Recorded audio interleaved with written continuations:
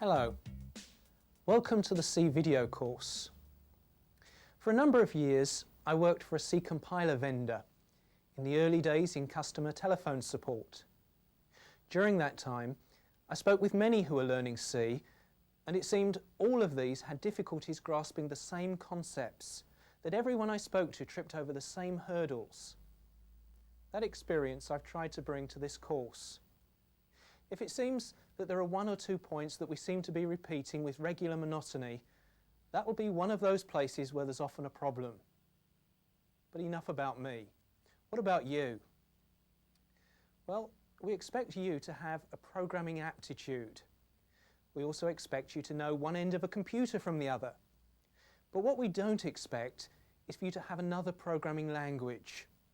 If you do, so much the better. The concepts will be easier to grasp, but we're going to start from square one. Another thing that we do expect, though, is for you to work through the workbook. The video presentations are generally of a reasonable length, and there's a lot to digest after each one. But the tasks set in the workbook are not just designed to sound down the video material. They're designed to take you further, to test your understanding, to discover little wrinkles of the language that we don't cover in the video, and more than anything else, to experiment. By the same token, the workbook will be difficult to understand unless you first watch the video. The two are designed to work together. C is a powerful language. It's also a stepping stone towards C++. To understand C++, you first need to understand much of C. And most C++ tutorials still expect you already to understand C. So whether you're interested in C for its own sake or as a stepping stone to C++, this is where we begin.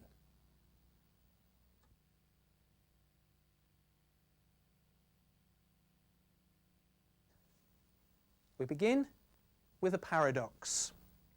A point that may be perfectly obvious to those of you with another programming language under your belt, but not necessarily so obvious to those of you new to programming. To understand this paradox, we need to look at a simple C program, one that simply prints the words "Hello World" onto a computer console. Written in C, this program looks something like this. This particular program is famous, you might even say infamous, as it's reputedly the first C program ever written. But it's not its history that is of concern to us now, nor its syntax. All we want you to notice about this program is that what we have is text. That C is text, something that we might write with a text editor or a word processor. So what? Well, the ironic thing is that this text program, written to control a computer, written in C, cannot be understood by a computer. Hang on a minute. We're writing a computer program that computers don't understand. Perhaps the reason why we might want to do this will become a little more obvious when you look at something that a computer does understand. Machine code. Wow. Complicated, isn't it? Can you imagine going into this maybe 6 months after you've finished an application and trying to work out what it does? Can you imagine trying to understand someone else's code? Can you imagine the errors or bugs that must be lurking around here and how difficult they're going to be to find? And last but not least is the fact that machine code is inherently non-portable. There can be profound differences even with a single architecture. for instance, the memory models on a PC. Never mind the differences that will arise as we decide to port from one machine to another, from a PC to a Macintosh, for instance. On the other hand, if we write in C, to a much greater extent our code will be portable. But we still have the paradox. A text program that a computer doesn't understand. Here, enter stage right, a computer program known as a compiler. The compiler takes as its source, in this case, C files, sometimes known as source files, and generates as its output what are known as object files, machine code. You notice also this set of files that we have here. These are header files. Well, what are header files? You'll soon come to appreciate that C programmers are terrible typists. They hate typing needlessly, and often in applications there is code that will appear in lots of different source files, and so instead of repeatedly typing the same code, we put that code into a header file, and then this header file gets inserted, pasted into each of the source files that requires that code. So, we have the compiler taking as its input C text files and generating as its output object files, machine code. So do we now have in our machine code something that a computer can execute? Unfortunately, the answer is no.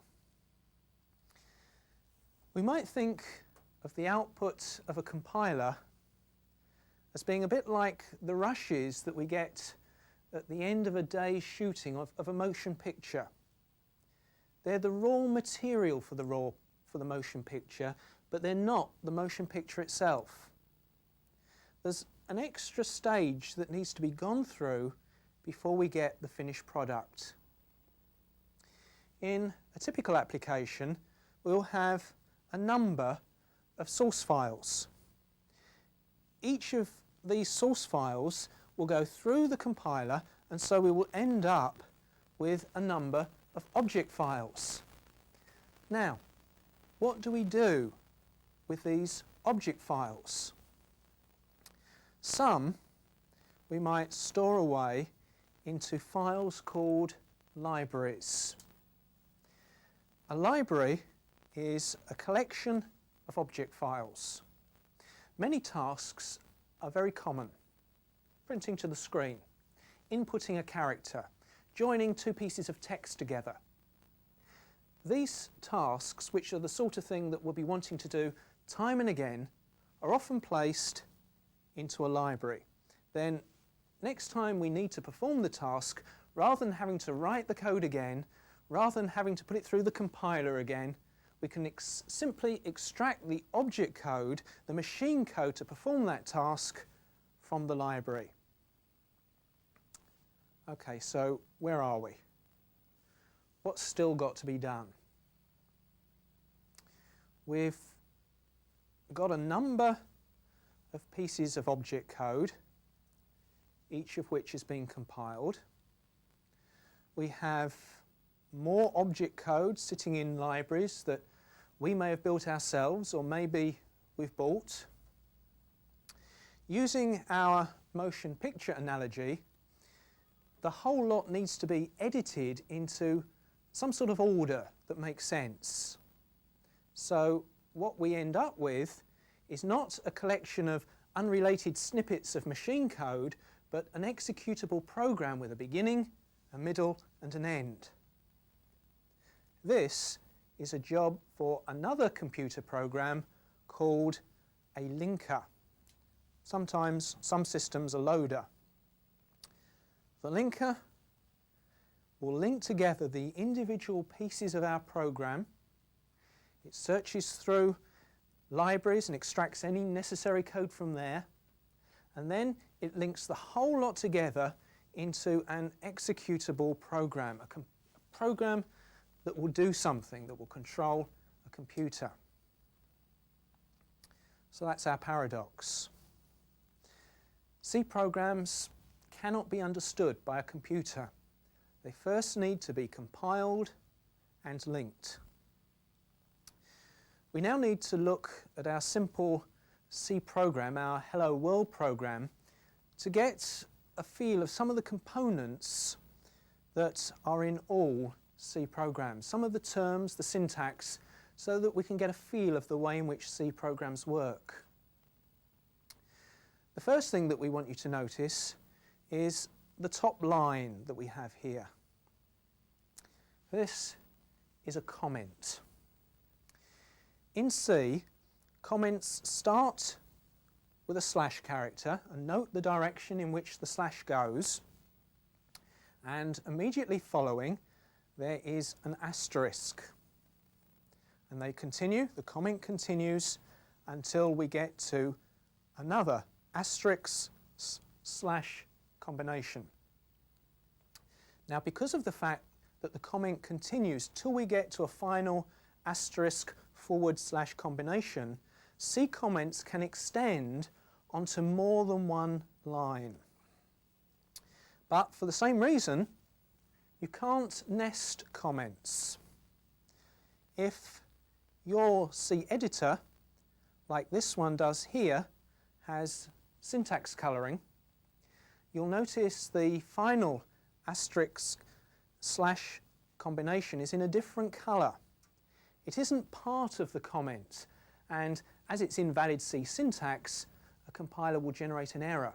It doesn't understand these final two characters. So, the next question, where does a C program start? Does it begin on the first line, or where? Put simply, C programs begin with a function called main. Now, before we can talk about main, we need to find out what a function is. What is a function? Simply described, a function is a piece of code, a series of instructions that has a name and can be executed by use of that name. So here we have a function with the name main. There's its name. You recognise that it's a function, that this is the name of a function, by the parenthesis that follows the name. The parentheses are a kind of trademark that identify a function. Notice too the curly braces. The instructions that are going to specify what this function does are contained between the two braces. So let's go back to our original program, and you'll notice that we have a function, main, with the parenthesis following, and then between the two braces we have the line printf hello world. This is the instruction that's going to print the words hello world onto the console. Being a very simple program, that's all this program does. Prints the two words and then terminates. So, having got a function, the question is, what do we do with it? How do we use it?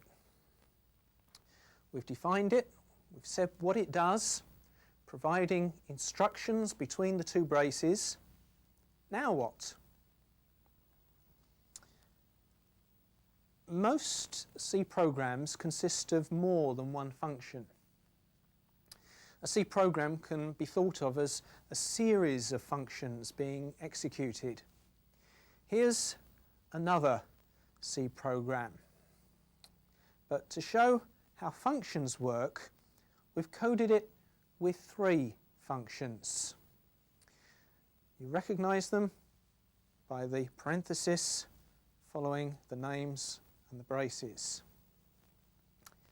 We've also set the program up for debugging. Debuggers are a very useful tool for learning the C language. They allow us to do all kinds of things, and one of them that we're going to find very useful now is to step through our code line by line. So, where does this program begin? Remember, it begins with a function called main. So, watch what happens as we start to single step through the code. You notice that we began with main, and then we stepped down and came to what? Well, this is a function because you notice that we have a name followed by parenthesis. But instead of having braces following, there's just a semicolon. A complete C instruction is called a statement, and all statements end with a semicolon. It acts like the period at the end of a sentence, punctuates, separates one statement from another. So here we're using the function name differently. Rather than define the function, what we're actually doing is saying, go find the code for this function and execute it, run it. So, as you would expect, if we carry on single stepping, control jumps from here to the matching function, to the function with the same name, and we execute the instructions there, and then we return back to the following statement in our main function. Again, we recognise what we have here as being a function by the parenthesis that follow its name. So, again, if we single step in exactly the same way, we jump to the function that has the same name, and we execute the instructions in this function, and then we return back to main to the line following, and the program terminates. Here we've set up something very similar to our Hello World program. This time though, we've split the Hello World program into 2 functions. So watch what happens as again we single step through it. Our program begins at main, and it goes down to the function call print hello world. We jump to that function, execute the instructions there in the process, printing hello world onto the monitor, back to main, to the instruction following the function call, and the program terminates. For functions to be able to do their jobs properly, we generally need to communicate with them. Now, what do I mean by communication? Well, the first thing is communication is two-way. I know people that have wonderful conversations with trees and flowers, but I venture to suggest that they don't actually communicate with those trees and flowers because they don't talk back. So, to be able to communicate with our functions, we first of all need to tell them what to do. And this is done by providing information in the parenthesis. We needed to tell printf what to do, what to print on the display. And this was done by providing text within the parentheses. Suppose we have a function called function, and we need to give it the value 100. need to pass that information to this function so that it can do a particular job. Well, we put that value, 100, in the parenthesis. Some functions don't need any further information. They just need to be told to go, to do their thing, to do their job. A function, for instance, to clear the screen, clear the console, can just go and do so without any further information. On the other hand, a function such as this one, add two numbers, presumably needs to know which two numbers it should add together. So you notice that we have two pieces of information, a 4 and a 5, and they are separated by a comma. The various pieces of information that we give to a function are known as its arguments, and the arguments are separated by commas. So printf, the function that we have here, has one argument, the text that goes between its parentheses. But hang on a minute, where's the code for printf? After all, in all the other examples we looked at, when we called a function, we could see clearly in our program where control was going, because we jumped to that function, a function with the same name. But here in our simple C program, our Hello World program, there is no code for printf. The answer is that the code for printf is contained in a library. It's a very common task to want to print something onto the display. Exactly the sort of thing that you'd expect to find in a library. In fact, the task is so common that printf is what is called a standard library function. The standard library is a library that is supplied with all C compilers. Whichever compiler you are using, you can expect there to be a printf function. In fact, all the functions that we'll be introducing you to in this course will be standard library functions unless we state otherwise. So the linker will notice the call to printf and that you've not supplied a definition for it, you've not stated in the Hello World program what printf does. So it will look in the standard library, it will find the machine code for the printf function there, and that code will be extracted and inserted into what will become your executable. Now, normally, linkers will search the standard library automatically for any functions you haven't supplied definitions for. However, again, normally, you need to tell the linker specifically somehow about other libraries you may have built or own. Precise details as to how you do this will be in the notes for your linker, and these vary from system to system. We said that communication is two-way. Not only do we have to tell the function what to do, but after it's done it, it has to tell us what it's done. It has to tell us what it's accomplished. And this is accomplished using the return keyword.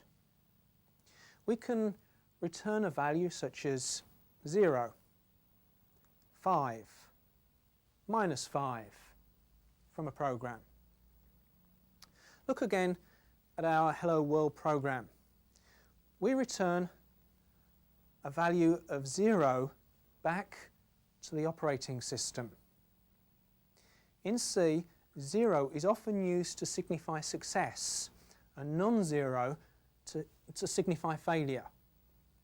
We're telling the operating system that as far as we're concerned, our program has succeeded and it's not to generate any errors. If we call a function, how can we determine what has been returned?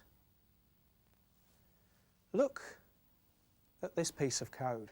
Add two numbers. We're adding together two numbers, the two numbers 4 and 5. But how do we use the answer?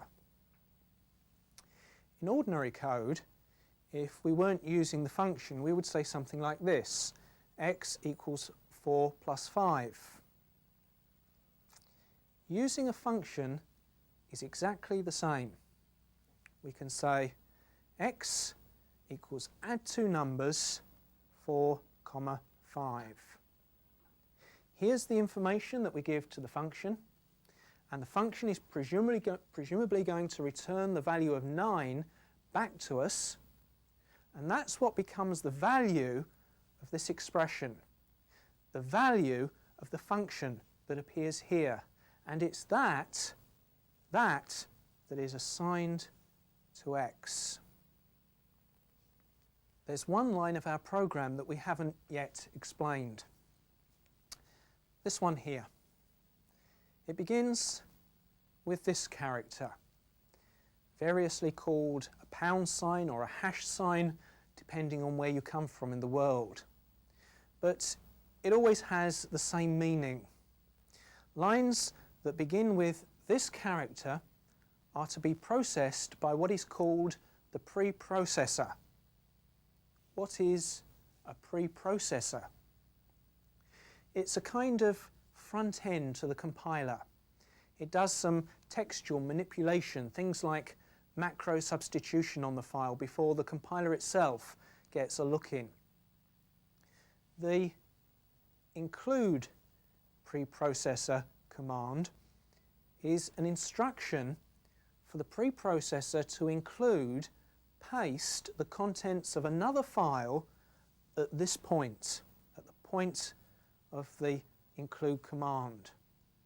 And the file that's going to be pasted at this point is a file called standardio.h. It's a header file. You remember, we spoke about these earlier. Code that we don't want to keep typing over and over again goes in a header file. So this program only looks 7 or 8 lines long, but the compiler, depending on the length of standardio.h, could actually get to see a program 200 to 300 lines long, assuming that's the kind of length of standardio.h. These 200 to 300 or so lines are called a translation unit. It's that the compiler actually gets to process. So why paste standardio.h into our simple C program? The reason is because standardio.h contains the prototype for the function printf. A prototype is information about how a function is to be used, such as the number and the type of the arguments that the function is expecting. Printf here is expecting some text. It's going to print that text onto the display. But supposing we call printf and we didn't give it any arguments, no information at all as to what to print. Now, we know that doesn't make sense, but the compiler doesn't know that, not unless we provide a prototype. If we provide a prototype and use printf then without any arguments, the compiler would generate an error to the effect that we've used printf incorrectly. And that's extremely valuable information because it saves us having to spend hours searching through loads of code later when the program doesn't work without us having any real inkling as to why it doesn't work. Prototypes are not compulsory. You don't have to prototype functions that you write, but you're stupid if you don't. And we'll be showing you how to prototype the functions you write as soon as possible. In the meantime, you'll be confined to prototyping the standard functions. There are 15 standard headers containing the prototypes for the standard library.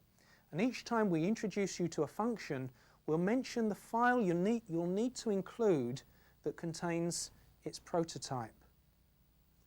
The prototype for printf is contained in standard.io.h. At this point, we would like you to go and do the tasks associated with this unit.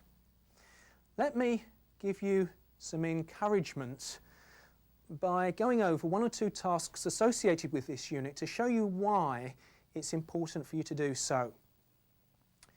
We've looked at some depth at this Hello World program, but one of the things that we haven't done is show you what this \n does. So we'd like you to go and experiment with it to see if you can find out what it does.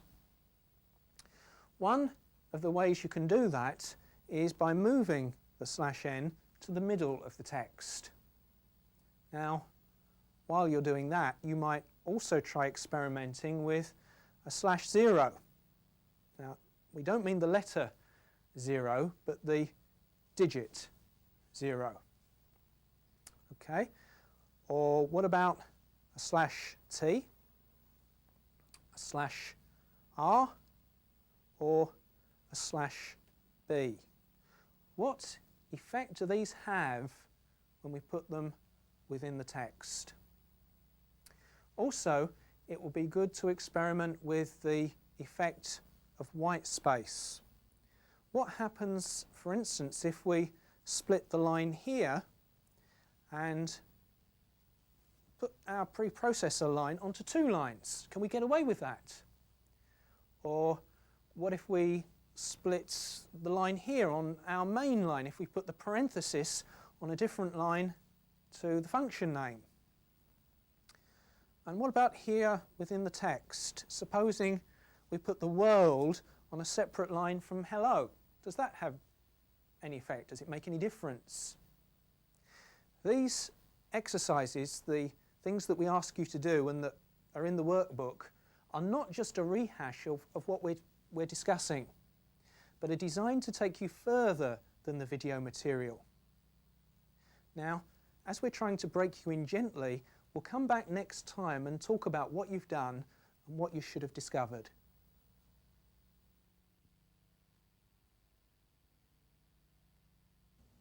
Okay, Eli, how far have you got? Well, I've keyed in the text of Hello World, and I'm just about to compile it now. Okay, go ahead. Let's see you do that. Okay, so you've got a link error. Let's have a look at the text again and see. Can you see why?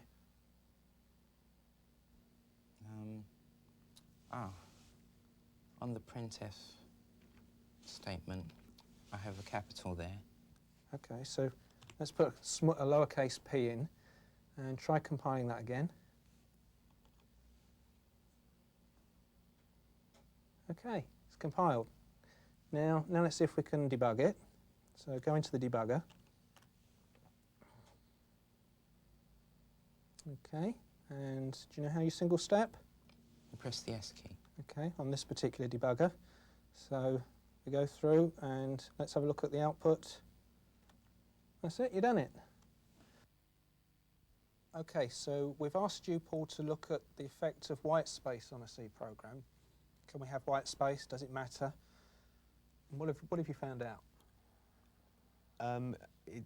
does various things depending on where you put the white space. In some places it doesn't have any effect, and other places where I put the white space it meant that my program wouldn't compile. Okay, so what places could you put the white space quite happily and it compiled away?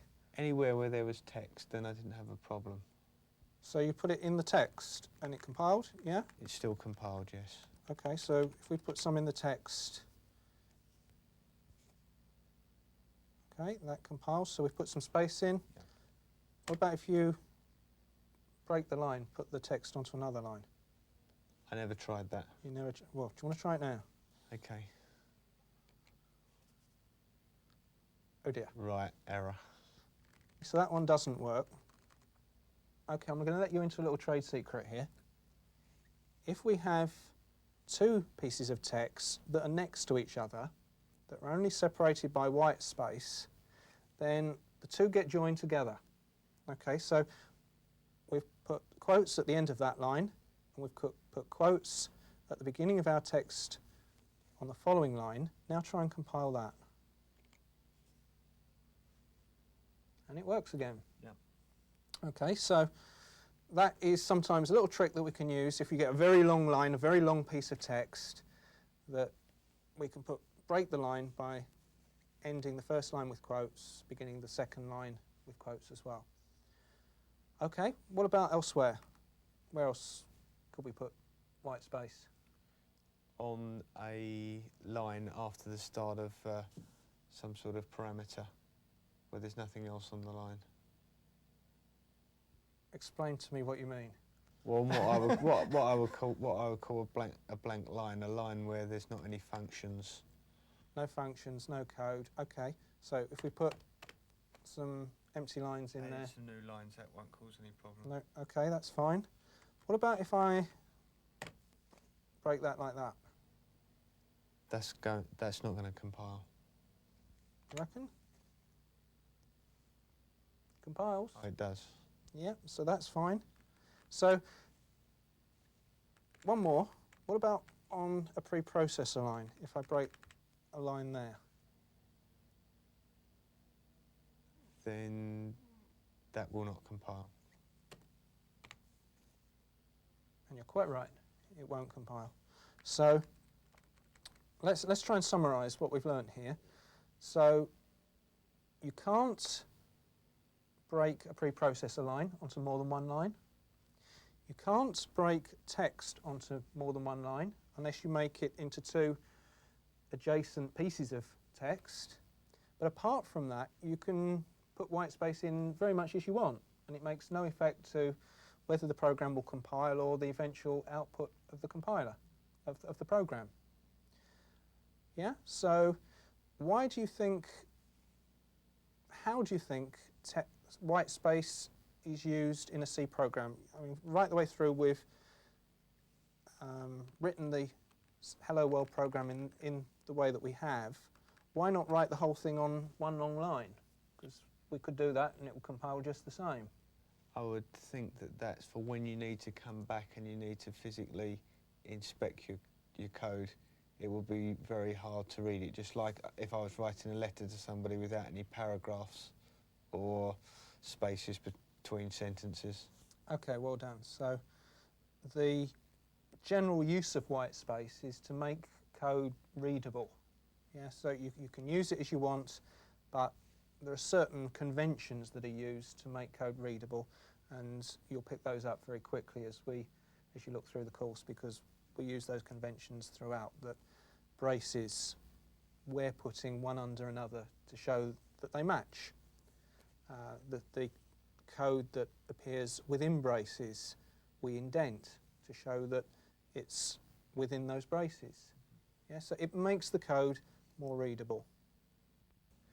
Now the next thing we need to do is work out what these / character combinations do. So do you remember we said if you put the combination in the middle of the text, then that's going to make it easier for you to find out what they do. So try that first of all with the \n.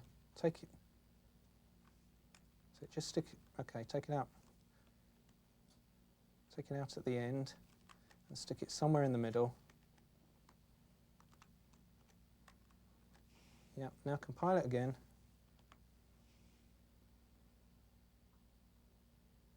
Okay, go into the debugger.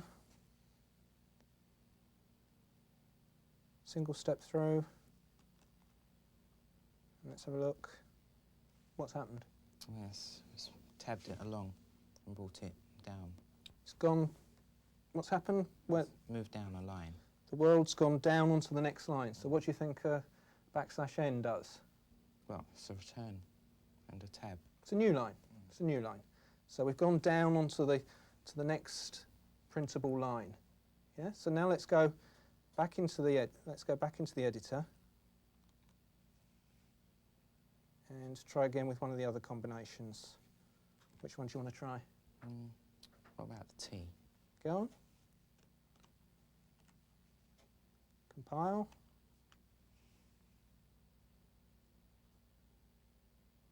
Yep, go into the debugger again. Let's just get you into the habit of going through this compile debug cycle. So let's single step through, because the more you get used to the debugger, the easier you're going to find actually getting programs to work. So what's happened this time? No, it's put a horizontal tab. Okay, so you notice that we've not just got one space here, we've got several spaces. It's moved it to the next tab position. Okay, so that's what the T stands for, tab. Let's go back, try one more, shall we? Which one do you want to try? Let's try the 0. Okay.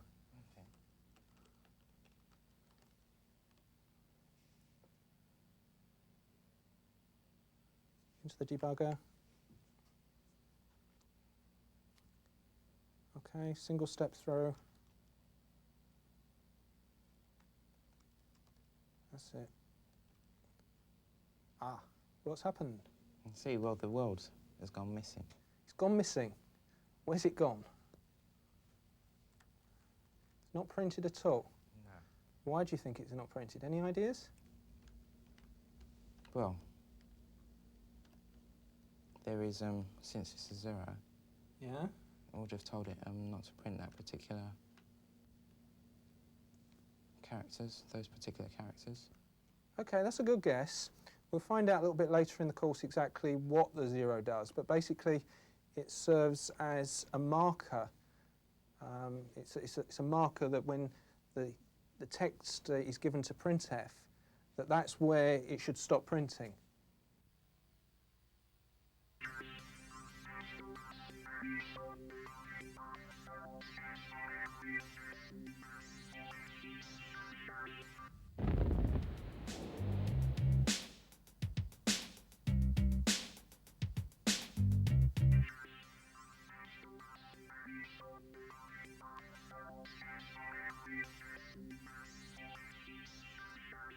This section is all about the order in which statements are executed, their flow of control in a C program. Unfortunately, it's very rare to be able to deal with one subject in isolation, and we've already come to a point where, in order to go any further, we need to introduce you to data. Data is vital to any C program. Even in a simple program such as our Hello World, we need data. printf needed something to print on the display, data. We needed a value to return to the operating system to indicate that our program had succeeded, data. The smallest unit that we can use directly in a C program is the byte. A byte consists of a minimum of 8 bits. Each bit can hold one of 2 values, 0 and 1, on or off. So, doing the arithmetic, we can see that the minimum amount of values that can be held in a byte is 2 to the power of 8. 256 possible values. So what can we do with an object, a byte, that can hold 256 possible values? Well, it's suitable, for instance, for holding a character. In the English language, for instance, there are uppercase letters, lowercase letters, the digits, punctuation characters. there's plenty of room with 256 possible values to hold the entire character set. Of course, this isn't true for all other languages. In fact, it must be said that for a lot of uses, for a lot of applications, the byte is just plain too small. How would a user feel, for instance, to be told that he can't enter the value 258 into his application because our byte can only hold 256 values? He's not going to be very pleased, to say the least. The solution is to join together several bytes to form a data object. But what size should these objects be? There's obviously an enormous difference between the amount of computer memory needed to store something as simple as a flag to tell us whether a file is open or closed, and the distance between the sun and the earth to the nearest meter. To force everything to use the same amount of memory would obviously be extremely wasteful of the finite amount of memory we have available. Therefore, in order to use memory efficiently, C gives us a range of data types. We have small data types that are just 1 or 2 bytes in length that allow us quickly to get a small range of values, and we have large data types that may be millions of bytes in length but are memory hungry and slower to manipulate. There are also different types of data type. We have integral types, for instance. Obviously, these hold integers. Real types hold floating point numbers. And there are 2 other types of type that we aren't going to speak about now, but we will just mention them so that you know that they exist. And these are pointer types and complex types. As we say, the 2 that we're interested in at the moment are the integral and real types, which are sometimes referred to as the arithmetic types. And in this introduction, we're just going to introduce you to 3 arithmetic types, 2 integral types, and 1 of the real types. The first of the integral types is the char. A char is 1 byte in length, and as we intimated earlier, something that's 1 byte can hold 256 minimum possible values. It can be generally used to hold characters from the character set. The second of our integral types is the int. This is just a general purpose integral type. Our real type is the double, a general purpose floating point type. Okay, so we decide we want an object of 1 of these types in our program. How do we get it? We need to declare it. We need to tell the compiler what the type is that we're going to use. And we also need to give it a name. So the 2 pieces of information we need to provide are a type and a name. And you notice, as always, this C statement ends in a semicolon. So let's give some examples. Supposing we wanted a char called C. We give it a type and a name, semicolon. We want an integer called I. As before, type, name, semicolon. We want a double called D. Type, name, semicolon. Now, the choice of name is very much down to us. We have all the letters of the English alphabet available to us, the digits, and the underscore character with which to form names. Names are sometimes termed identifiers. Note that case is significant and that names should begin with a letter.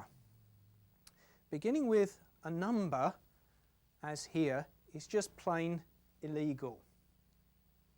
Beginning with an underscore character is legal but unadvised, because names beginning with an underscore are reserved for use by compiler vendors for their own internal names, and so we should avoid them to prevent any name clashes. Once again, note case significance. This name is perfectly legal, but is completely different from this name. Now, while it's possible to declare variables outside of a function, it's more usual and better style to declare them inside of functions wherever possible. So here in our introduction, we will just confine ourselves to talking about declarations within functions. We'll talk about why you might want to declare an object outside of a function in section 2. Here, we're putting our declaration into some sort of context. We have the declaration of an integer, an int, with the name I, and it's followed by a semicolon. Now, the point that I want you to notice is that the declaration must occur at the top of a block. It must occur before other executable statements. Now, what do I mean by a block? A block is a series of instructions that are enclosed by braces. A function is itself a block of code with a name. This particular piece of code is obviously legal. But if you reversed the order, put the printf first, and then the declaration following it, this would be illegal, because the declaration is not the first statement in the block. It's not declared, the object I is not declared at the top of a block. Now, up till now, the only blocks that we've encountered are functions. But that's not the only blocks within C. They're quite an arbitrary device. Here we've created, quite arbitrarily, a block of code. And into this block we've put the declaration of an integer I. It's quite legal due to the fact that it's the first declaration, it's the only declaration in this particular block. So what's the difference between declaring I here in this block or declaring it as we did in our first example up here at the top of the function? An object declared within a function only exists within the block in which it's been declared. It only exists within the block in which it has been declared. So here, I has been declared at the top of this block, but it's destroyed at the end of the block. So its lifetime, as you can see, is very limited. It only exists within this block. And so, fairly obviously, the declaration is actually pretty useless. On the other hand, if I had been declared at the top of the function, its lifetime, its existence, would have been the whole of the length of the function, because it would have been created at the top of this block and destroyed at the end of the function, and so we would have been able to use I within the whole of func. Okay, we know how to declare a variable. We know that it must be declared at the top of a block, as we have here at the top of main. It's also vital that we initialize our objects, because before they're initialized, the values of any objects we declare are garbage. Now, by garbage, I mean that they're just plain uninitialized. Whatever is the value of the memory of the storage when the compiler gives it to us, that is the current value here of I, of our object. It's just indeterminable. So we can declare our variable I in this way, initializing it to the value 0. Int I equals 0, semicolon. Or we might do it like this. This is slightly different. We are actually declaring I with an unknown value and then assigning it a value later on. Now, there's not much difference in a simple instance such as this, but we'll make the distinction between initialization, where we give the value at the time of the declaration, and assignment, where the object is given a value later on. The reason for the distinction will become clear later in the course, and especially will it become clear if you go on to learn C++. Initialization, we give the object a value at the time of its declaration. Assignment is given a value later on. One thing we better be sure of, even with a simple example such as this, and that is that we don't actually use the value of I between the point of its declaration and the point where we give it its initial value. Because obviously in that case we're going to be using an uninitialized object, an uninitialized variable, and we're going to be coming across some strange errors in our programs. We've spoken at some length about variables. I is a variable. We can change its value. We've spoken about data objects. That an object could be 1 byte, could be a number of bytes that are treated together as an object. We now want to speak about constant data. There are 4 types of constant data. These 2 are data objects. Just because it's a constant, it still needs to be stored somewhere if it's to be used in our program. So this is an object. It's an integer. It's an integral constant. But 6 is never going to change, which is why it's called a constant. If we wrote in our program x equals 6, semicolon, the 6 is never going to change. It's never going to become 7 or 8.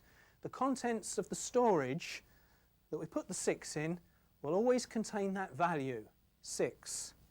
The 6 is constant. 7.53 is a floating point constant. It's a real constant. Never going to change. Now, these 2 are fairly obvious. But what about the other 2? Let's talk about the string literal. We've already met string literals in passing when we looked at the Hello World program. We gave printf a string literal as its argument so that it knew what to print. The thing that we want you to notice first of all about a string literal is the double quotes that surround it.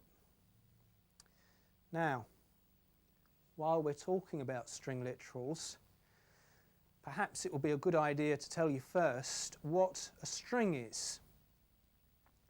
In C, a string is a sequence of characters ending in a null. Now, by null, what we mean is a character with all its bits set to 0. Here we have a string literal, text. It's 4 bytes in length, it would appear. But what actually gets allocated?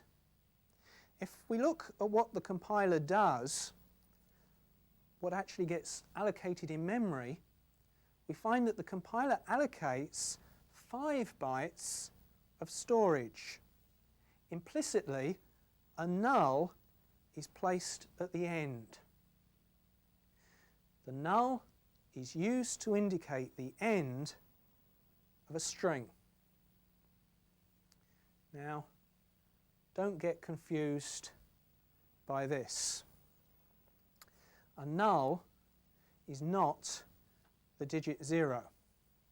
Here, for instance, we're using the printf function to print out the digit 0, and the 0 is in a string literal. Now notice the difference between the 0 and the null.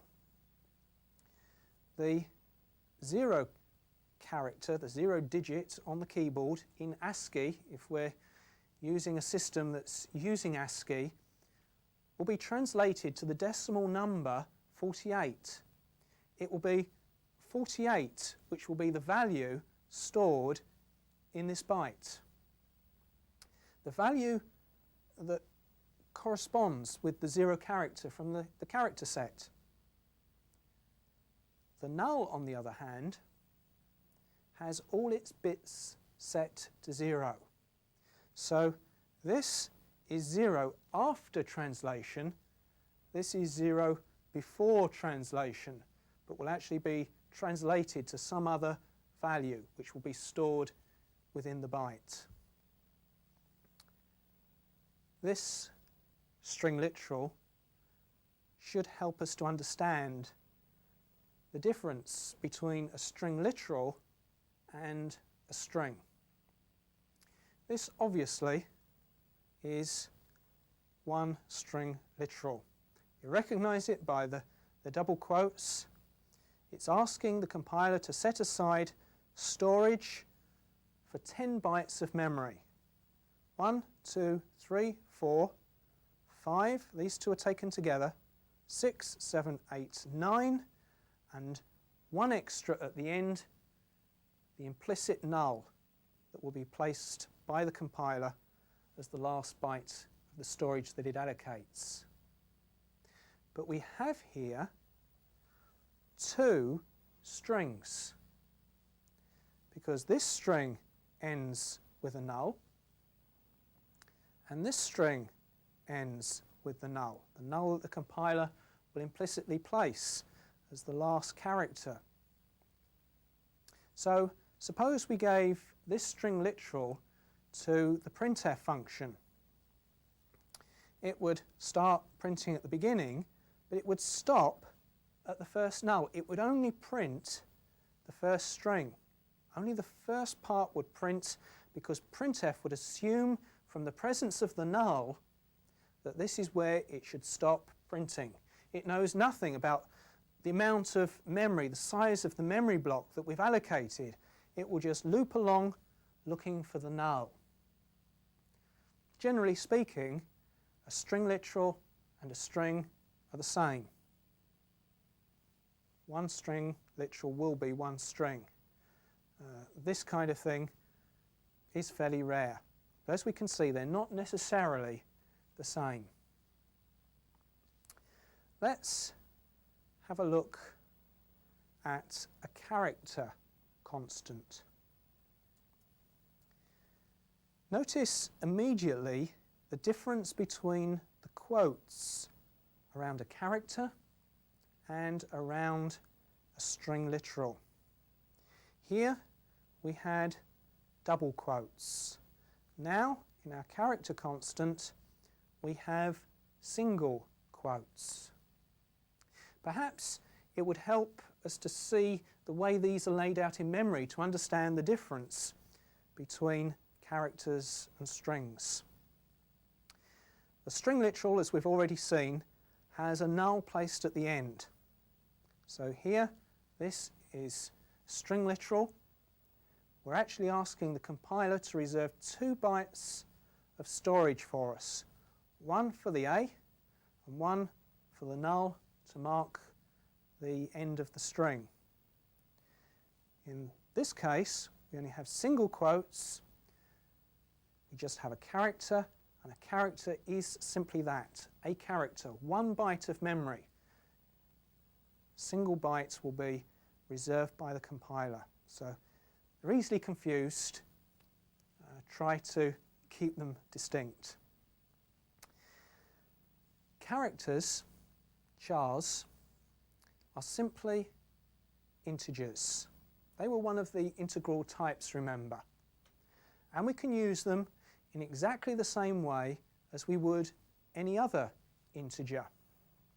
For instance, we might add 2 character constants together. Now, exactly what this means is going to depend on how we are translating these characters according to the system that we're using, whether these are being translated using ASCII or ECDIC or whatever. Using ASCII, a lowercase a has a value of 97, a lowercase b has a value of 98, and so when these get added together, I will be assigned a value of 195. This is non-portable. Depends on how these are being translated. But later on we'll look at something that is quite similar to this. In fact, we'll look at it in our next unit, that is fairly similar but actually increases the portability of our code.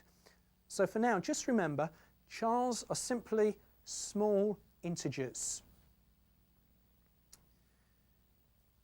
We've also cheated slightly with this piece of code by using a feature of C that we haven't yet spoken about. We've looked at constants, we've looked at variables, but what can we do with them? Well, as you can see from here, we can use operators, and operators, as their name suggests, operate on objects. The first and the most common that we come across are the binary arithmetic operators.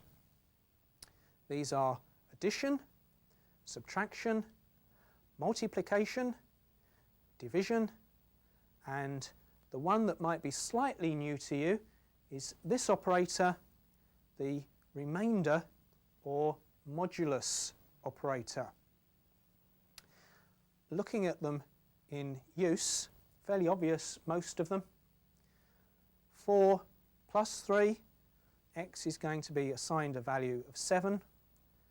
4 minus 3 is going to be assigned a value of 1. Multiplied by 3, get a value of 12. And divided by 3, remember that we're dealing with integers here, so we lose the remainder. X will be assigned a value of 1. Now, the fact that we lose the remainder, that's one of the reasons why the remainder operator is so useful. It gives us, as its result, the remainder after division. So, here, 4 divided by 3 is 1, but the remainder is also 1. So, because this is the remainder operator, that is what will be assigned to x. 6 remainder 2, well, there isn't a remainder, so 0 will be assigned to x. Note that we can only use the remainder operator with integers. We can't use it with floating point or real, in other words, real numbers. So this is an error. We said that operators operate on objects. Another more common term used in connection with operators is operand, operands. Operators operate on operands. Now, we're going to try and explain here why we termed the arithmetic operators the binary arithmetic operators.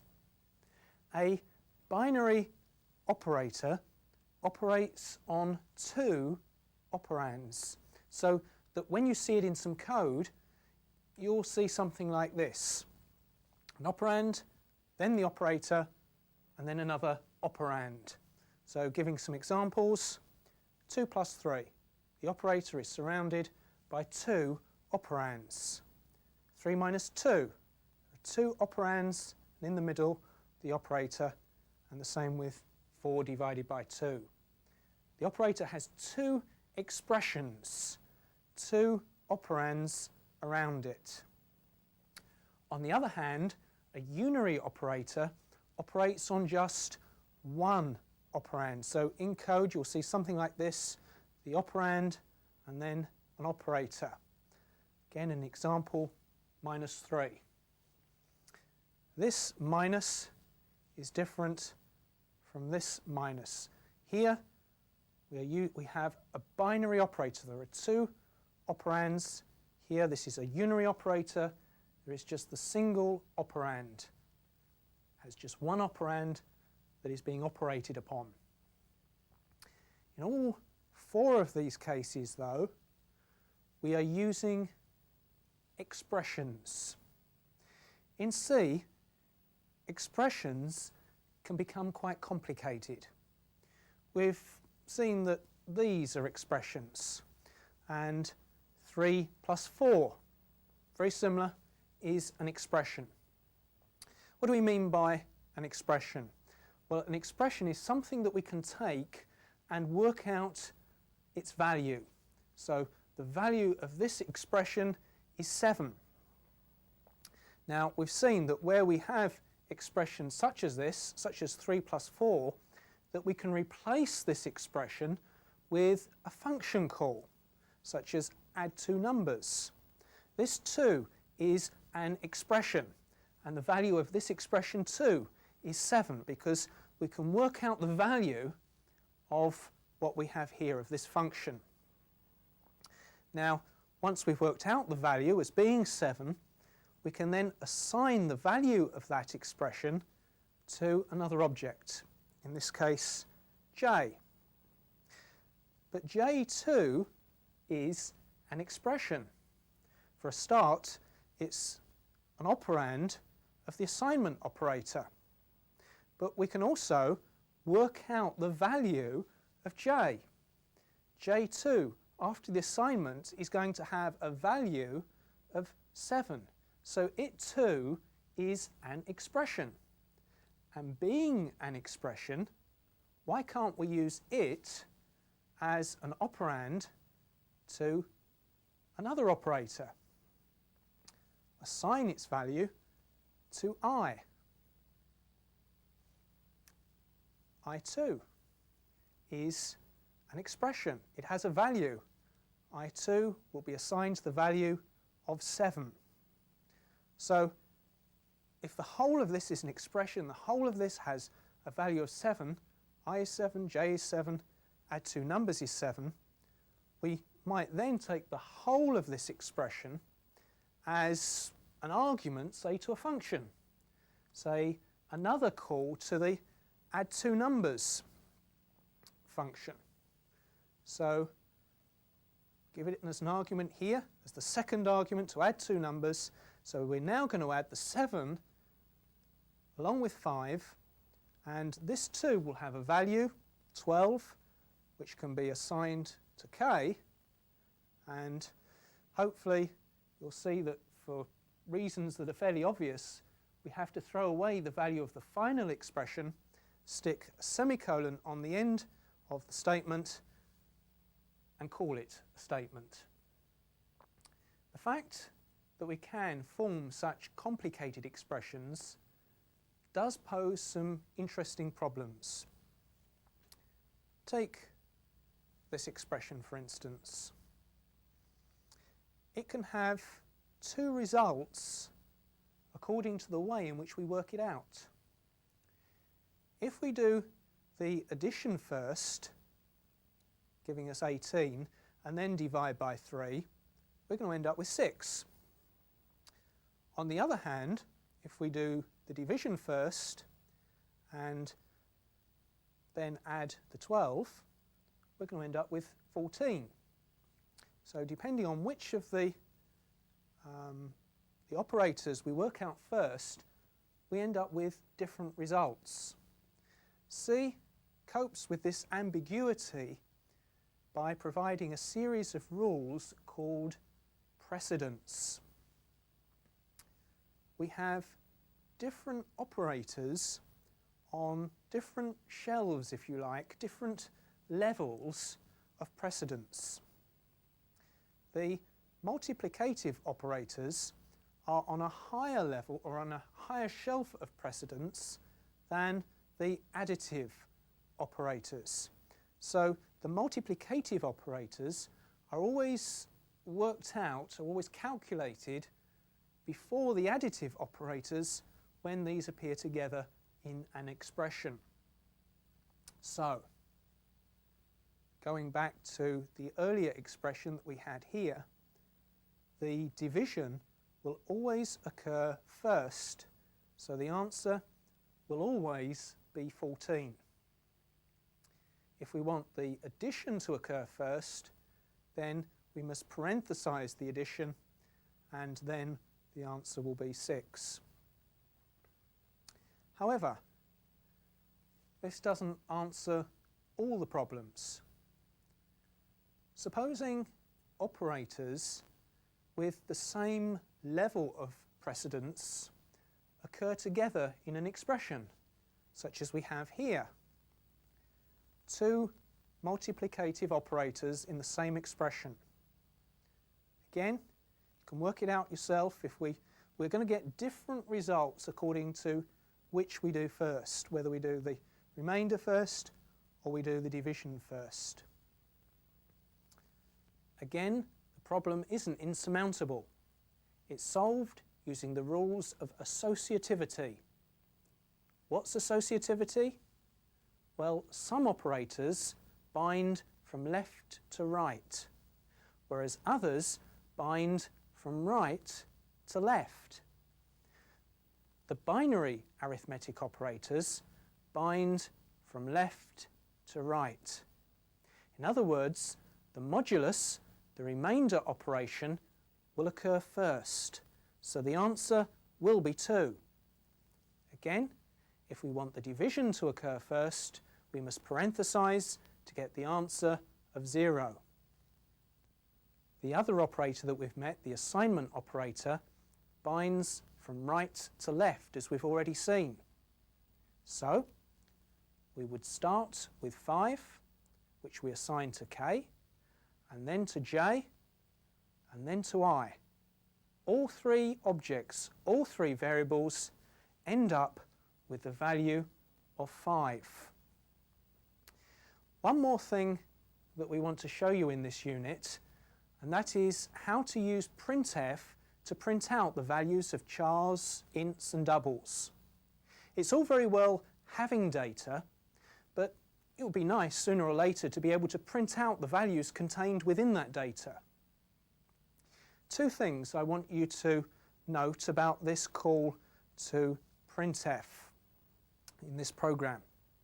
First, the percent signs within the string literal. And second, the use of the extra arguments after the string literal. Looking at the program from the top, we declare a char called character, and we assign it the character constant t.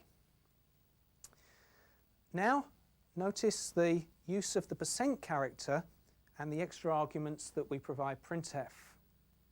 What happens within the printf function is that it starts to write characters out to the display until it gets to the % character. When it arrives at this character, it doesn't print it, but rather it looks at the next character, the C, and that tells it how to print the next argument. In this case, the next argument is character, and the C means that character is to be printed as a character. So it prints out the current value of character onto the display. In this case, that value will be T. Then it goes back to where it was within the string literal and starts printing the string again. It prints the comma, then the space, and then we get to the next % character. This time it has a D following it. The D tells printf that the next argument, which again is character, should be printed as a decimal. So this time character is going to be printed again, but not its character value, rather the internal character mapping of T is going to be printed. So what actually gets printed onto the display is something like this. Character equals then the character value of character T, the comma, the space, and then the decimal internal mapping of the character constant T. And on this particular machine it happens to be ASCII, and so 116 has been printed out, which is the ASCII representation of a lowercase t. Let's look similarly at a declaration of an integer, which we've assigned the value of 42. Again, we start printing within the printf, and we print out till we get to the % character. As we've already seen, the D indicates that the next argument, integer, is to be printed out as a decimal. So 42 is going to be printed out. The comma is printed, the space, then we get to another % character, following which is an O.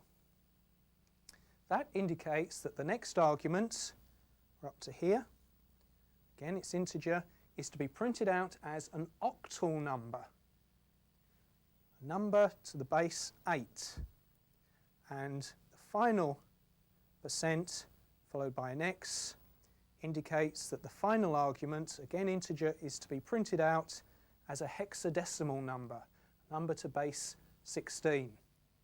So what we get on the display is something like this.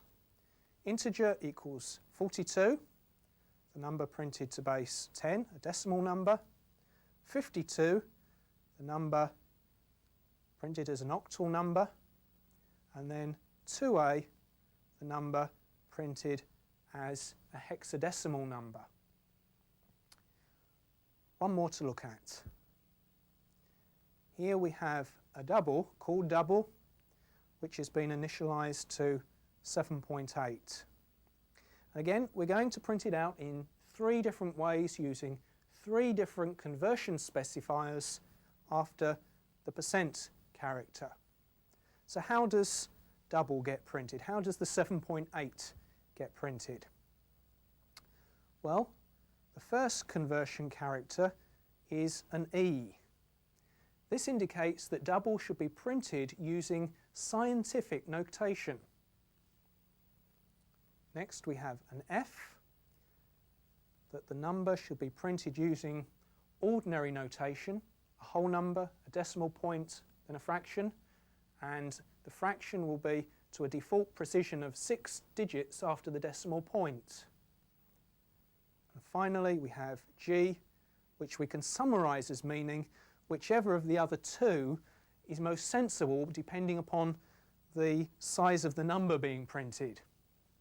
The way that it prints will actually depend, as we say, on the current value of double.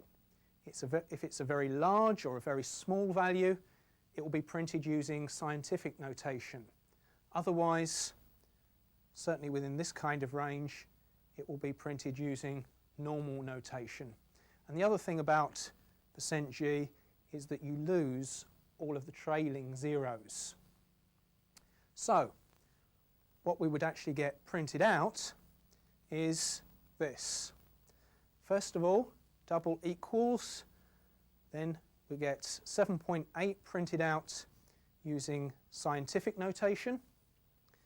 Then we get 7.8 printed out using %F with all the trailing zeros. And then finally, it gets printed out using %G, and we just get the 7.8. So, now we know something about data, we're in a position to return to our discussion of how to control the flow of a C program. We are now leaving the world of C for a few moments to enter the twilight zone, the world of the undefined. Strange things happen in the twilight zone, and strange things happen when you rely on undefined behaviour. Exceptions are frequent. A machine might crash or core dump spasmodically, or the operating system might generate an error. Or maybe nothing will happen at all. Keep away from the twilight zone. Keep away from anything we state is undefined. Never rely on undefined behaviour.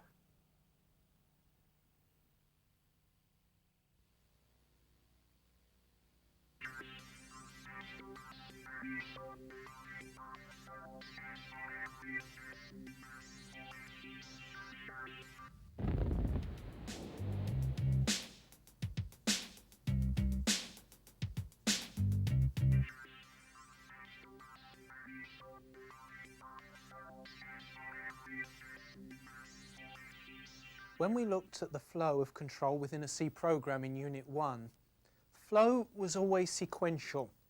In other words, we began at the beginning of main, and even if we stepped into one or two functions, statements were always executed in the same order until eventually we arrived at the end of main. In real programs, we need mechanisms to be able to select between various options. We need to be able to say, well, if certain criteria pertain, then we want to execute this statement or series of statements, otherwise maybe this option.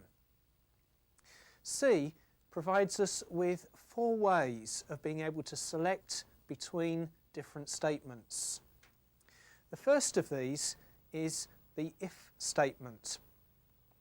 Its syntax looks like this. Notice, first of all, we have the if keyword, followed by a condition in parenthesis. If the condition is true, then the statement underneath will be executed, otherwise control moves on to the statement underneath. Notice the use of our semicolon here. The semicolon appears after the statement. There is not a semicolon after the condition, after the control expression, as it's more properly called. There is only one statement under the control of an if. If you need more statements under the control of this particular condition, then we create a block. All of the statements that appear between the curly braces are under the control of this condition. If this is true, then these statements are executed. If this is false, then all of this is skipped and control moves to the next statement underneath. But here we have a philosophical question for you. What do we mean by true? What is truth in C? Simply put, 0 is false, everything else is true. In the examples that follow, we're going to introduce you to a new library function, puts. Puts is similar to printf in that it outputs a string to the output device. It does have one difference that we need to point out to you, and that is with regard to its use of /n. Printf needs an explicit new line character in order to move the text that follows onto the new line. So all of these 4 lines, for example, will actually be output onto the same line of our console.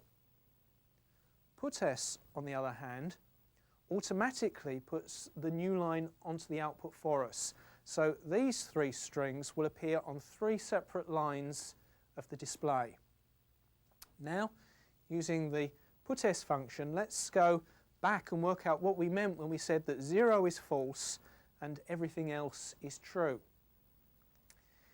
If we say if 1 is an expression, we can work out its truth or falsehood. 1 is other than 0, therefore 1 is true. This statement will be printed onto the display for us. We can use the value 1 directly within the control expression. The same with a negative number. A negative number is other than 0, it's true, this statement will print. If we have a character constant, char, this is also true, this statement will print. The only time that it will not be true is if we have a null character, because null by definition has all of its bits set to 0 and 0 is false. What about a string literal? Well, this too is true. If it appears in an if statement as the control expression, this line will print. The only line that is guaranteed not to print is this, if 0. 0 is false. Often though, we want to be able to do more than just test whether a variable is or isn't 0. C provides a set of relational and equality operators. There are 2 equality operators. This double equals is the equality operator. It tests whether 2 operands are equal to each other. And there is also an inequality operator testing whether its 2 operands are not equal to each other. So you might use them like this, testing whether A and B are equal to each other. Let's look at the relational operators. First of all, we have this operator testing whether the first operator is less than the second, testing whether the first operator is greater than the second, less than or equal to the second, and greater than or equal to the second. In a similar way, you might use one of these relational operators in an expression like this, testing whether A is less than B. If A is less than B, then the expression has a value of 1, which is not 0, so this expression is true. If A is greater than B, then this expression will have a value of 0, which is false, so the statement underneath would not execute.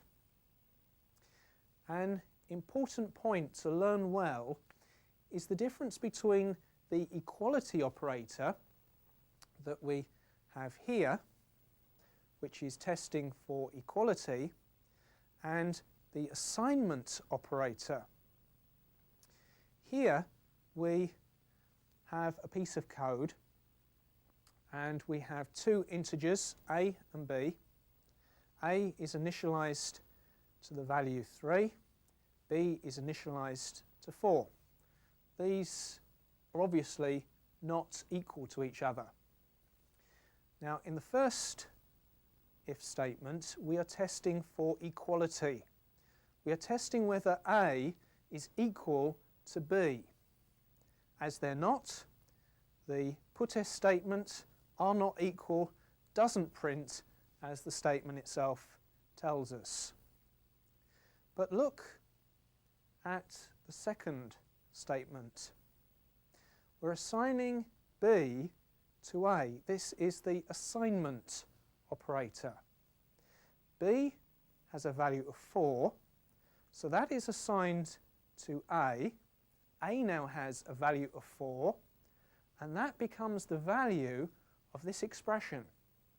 Now the question is 4, the value of A, a true statement? Well, yes, it is, because as we've already seen, anything other than 0 is true. Therefore, this statement underneath prints as it says, this is true. It's a common mistake for newcomers to see to mix up the assignment and the equality operators. Look at them closely and get into the habit of double checking whether you've used the right operator. Our second way of selecting is if-else. Again, let's look at the syntax. Very similar to the if statement. If the condition is true, then we execute this statement. Else, if the condition is false, we execute this statement. One of these two statements will always be executed, but never both. In exactly the same way as before, if we want more than one statement to be under the control of the else, then we can create a compound statement using braces, and all the statements between those braces come under the control of the else and will be executed if this condition is false. Here's a real example that uses if-else, and you'll notice that we also have a new library function here, to lower. This returns the lowercase version of a character, and you'll find the prototype of to lower in the file ctype, ctype.h. So what we're doing is testing here whether the character, when it's converted to lowercase, is equal to a lowercase y. This saves us from having to test for both an uppercase and a lowercase character. So if we do have a y here within character, either upper or lowercase, then first of all the yes function will be called and executed, and then the putS statement will be executed with the message you typed y.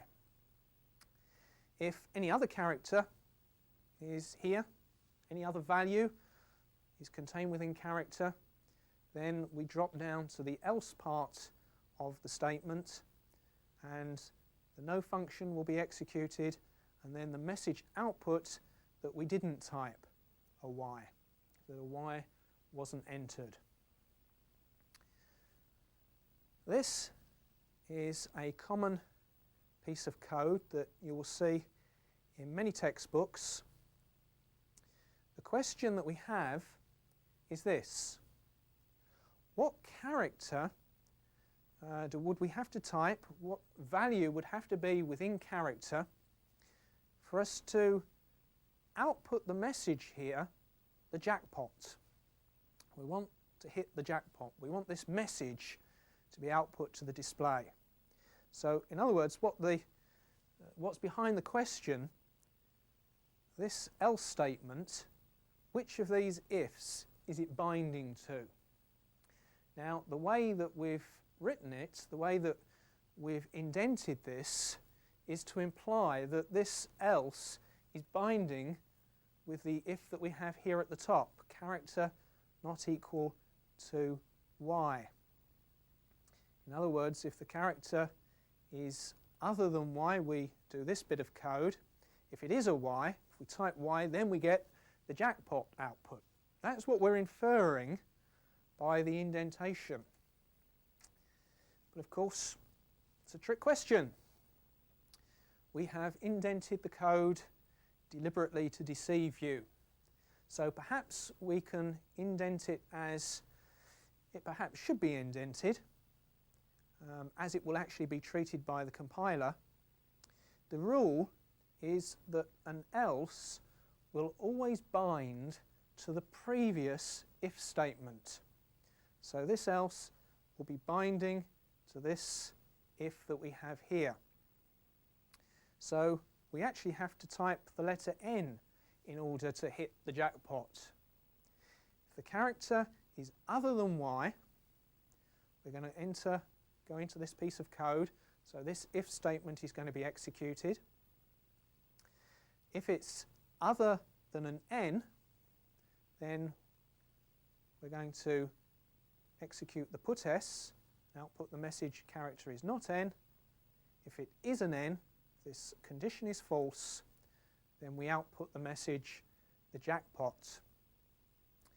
If we actually intended the program to work in the way that we originally indented it, for the else to bind with this first if, then we would have needed to create a block around this first section of code here in this way. This will now print out the message, the jackpot, when we type the letter Y.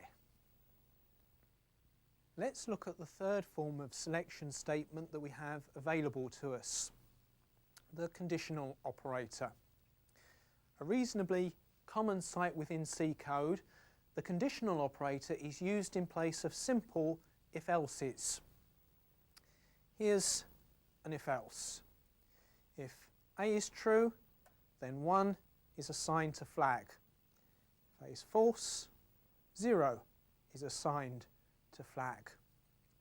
Now, replacing this with a conditional operator leaves us with code that would look like this. Now, don't let this frighten you. It frightens most newcomers to C when they first see it, and I must admit it frightened me the first time I saw it. The actual operator is contained here, in this piece of code here. What's happening, what the question mark is saying, what the question mark is demanding to know, is whether the expression preceding it, A, is true or not. If it is true, then the value of the expression is what immediately follows the question mark before the colon. If it's not true, if it's false, then the value of the expression is what comes after the colon. So if A is true, the value of the expression will be 1. If it's false, the value of the expression will be 0. Now, as we've seen, expressions in C can become quite complex, and here we're going to work out the value of the expression containing the conditional operator. We work out what the value of this is, and then we assign it to flag. So if A is true, then 1 will be assigned to flag. If A is false, 0 will be assigned to flag.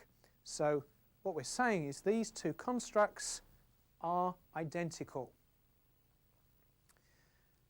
This too is quite common. We have a function here that we want to call to tell us whether a flag is set, whether it's set to true or false, whether it's set or not.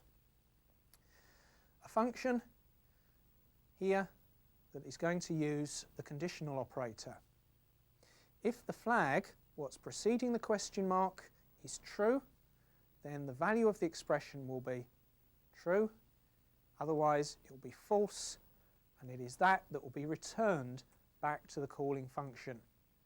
Now, although you may not appreciate it at the moment while the operator is new to you, this is often easier to read and to understand when we see it in code than if-else's. The final method that we have of selecting between different statements is the switch statement. If-else's can quickly become complex. Imagine that we've presented our user with a menu and we're checking which option he's selected, which key he's typed. If an A has been selected, then we call this function. If a B has been selected, then this one, a C, this one, and if he's typed something else, then we call this function down here. Now this kind of ladder effect can very quickly become complicated, especially when we have more than one line of code between each of these else ifs. A switch statement can make these constructs much easier to read and to understand. The syntax is like this. We have an expression, and the expression is evaluated. Underneath, within the body of the switch statement, we have a number of options. Options that may match the current value of this expression. Now, control will jump from here to the statement following the case label that matches the current value of the expression.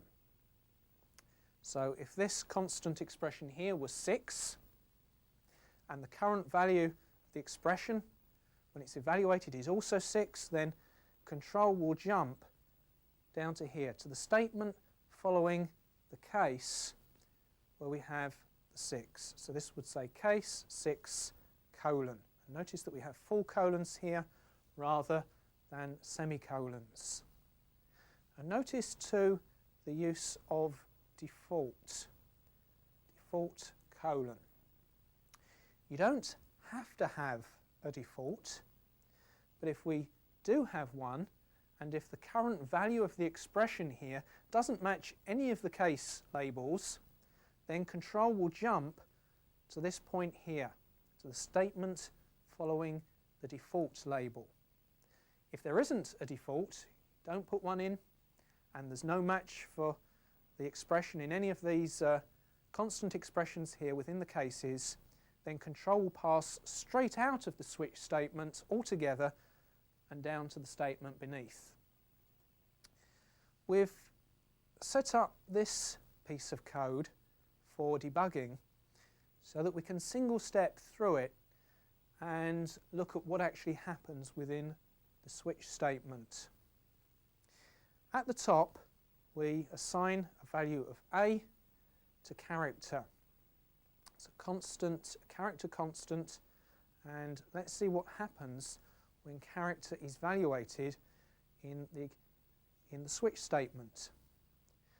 We get to here, and obviously we have a case label, so control jumps from here to the statement following the label, but now, oh dear, we notice that control carries on going through the statement past all the other labels until we get to the end of the statement. So what would get printed out on the console would be something like this. Character equals A and B and C, and it's another character. Now that's doubtless not what we intended. So to make the program work the way that we expect it to work, we need to introduce you to a new C keyword, break, and the break statement. Notice that we've placed a break statement, the break keyword followed by a semicolon, at the end of each of the cases, just before the next case label. Now, the break statement causes control to jump from this point out of the statement. So assuming again that character has been initialized to a value of A, let's again note what happens. We jump to the statement following the A case label, we reach the break statement, and then following that we jump down to the closing brace out of the statement, and this gives us no doubt what we intended. Onto the console we get the message character equals A printed, and that's no doubt what we intended in the first place. So, looking at the original program as we would have written it using if-else's, this is what we had earlier. We saw we would have written something like this. Replacing this with a switch statement, we get an equivalent, switching on the value of character. If the current value is A, constant, remember, it has to be a constant expression here, so we have a character constant here. If it's A, then we go to letter A, we call the letter A function, and then we break. If it's B, we call the letter B function, and then we break. If it's C, then we call the letter C function and break. And the default, if it's none of those, then we call the another letter function. Exactly the same functionality, but the switch statement looks and reads much cleaner, especially as we get more case labels and as the contents of each of between each of these labels becomes more complex. Another thing that we can do is to have statements under the control of several case labels, as we have here. 3 labels and 1 statement underneath. Now, if integer has a value of 0, 1 or 2, in each case control will jump to this line. The default label is conventionally the last in a switch. Legally it can appear anywhere, at the top, the middle or at the end, but it's rare to see it anywhere but as the last label. Okay, right, do you want to compile this program for us, Eli? Let's see what we get as output. Now, the question that we asked you is what's the difference between using double equals and single equals? Let's make sure you've got that clear. So let's once again go into the debugger. Now, as you can see, we've declared A to 4, we've initialized A to 4, we've initialized B to 3. So let's single step through the code. Now, one more. Now, what do you think is going to happen? Is this going to be true or not? A double equals B. What's that saying? Well, A is a comparative of B. Okay, we're comparing A with B. So is that true or false? Well, that's false because A isn't comparison Okay, of B. so will the next statement print or not? No, it won't. Okay, so let's single step. Yep, didn't print. Yeah. Okay, so what about this one? That if statement, if A equals B, then print. Now what's you got? How many equal signs have we got there? 1. 1. Now what operator is that? That means is equals, or as It equals means to. Well, that's what the double equals sign meant, but what's the single equals? Which operator? That's not the equality operator, it's the... Oh, it's an assignment. It's the assignment operator. So what does assignment do?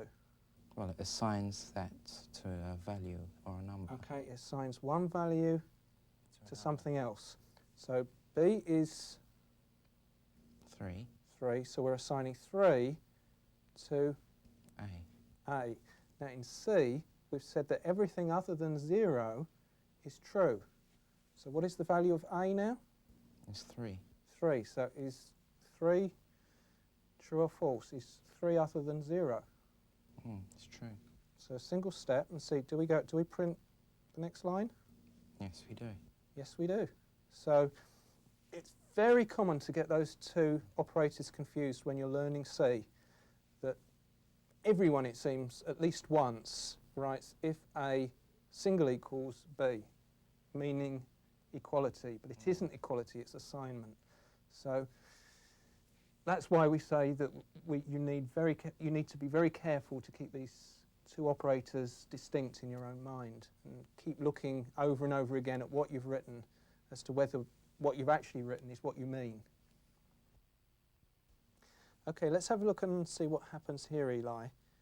Here you're initializing 0 to A. Okay, so single step to the next line. Now here we said if A, so A is has what value? A naught value. A 0. False.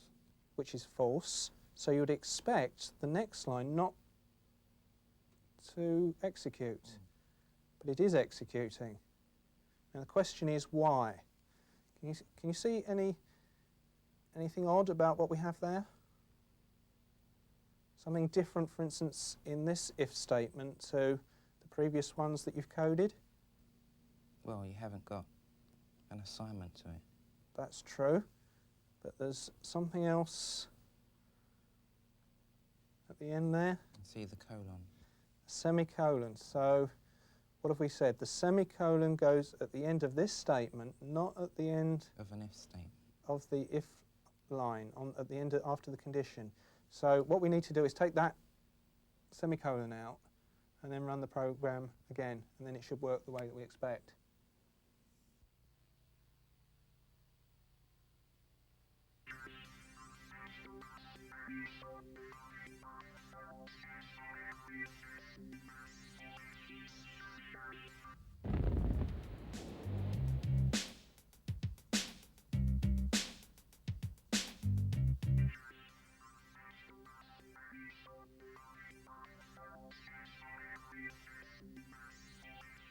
We've looked at statements that execute sequentially, what we call sequential flow of a C program. We've looked and seen how we can select between different sets of statements using if else, switch statements as well as the conditional operator. But what happens when we want to execute a statement more than once? For instance, you want to prompt a user for input all the time that input is bad, or to read from a file repeatedly until we get to the end of the file. Here we need a kind of flow called iterative flow. In other words, we want to iterate or loop through a series of statements. C provides 3 means to help us iterate, to loop through our code. The first of these is the while statement. In its syntax, it's very similar to an if statement. Notice that we have the while keyword. That's the only difference, the while keyword instead of the if keyword. And the while keyword is followed by a condition within parenthesis, and then the statement on the next line, conventionally indented with a semicolon on the end. Again, just like the if and the if else, we can have a compound statement in which we brace together a number of component statements. Here's a simple use of the while statement. At the beginning we initialize a variable, an object called counter to 10, and then we're going to loop around the while statement all the time counter is other than 0. So at the beginning, counter obviously has a value of 10. Counter is true. So we go into the body of the while statement.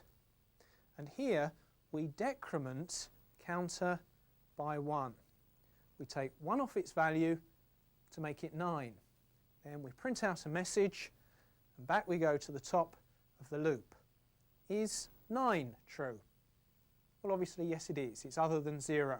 So we go back into the loop, decrease the value of counter again by 1 to make it 8, print out the message, and back we go to the top of the loop and continue this over and over again until counter gets to be 0 in value. And then the expression that we have here will be false, and we drop out of the while statement. A fairly simple condition in the control expression.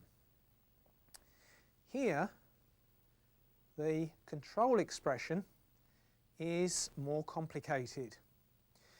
It's not uncommon to see complex control expressions such as this. Let's take a close look at it and see if we can work out what actually is going on here in the control expression. First of all, we get a character from the keyboard using a library function that is new to us, getChar. getChar has its prototype in standard.io.h.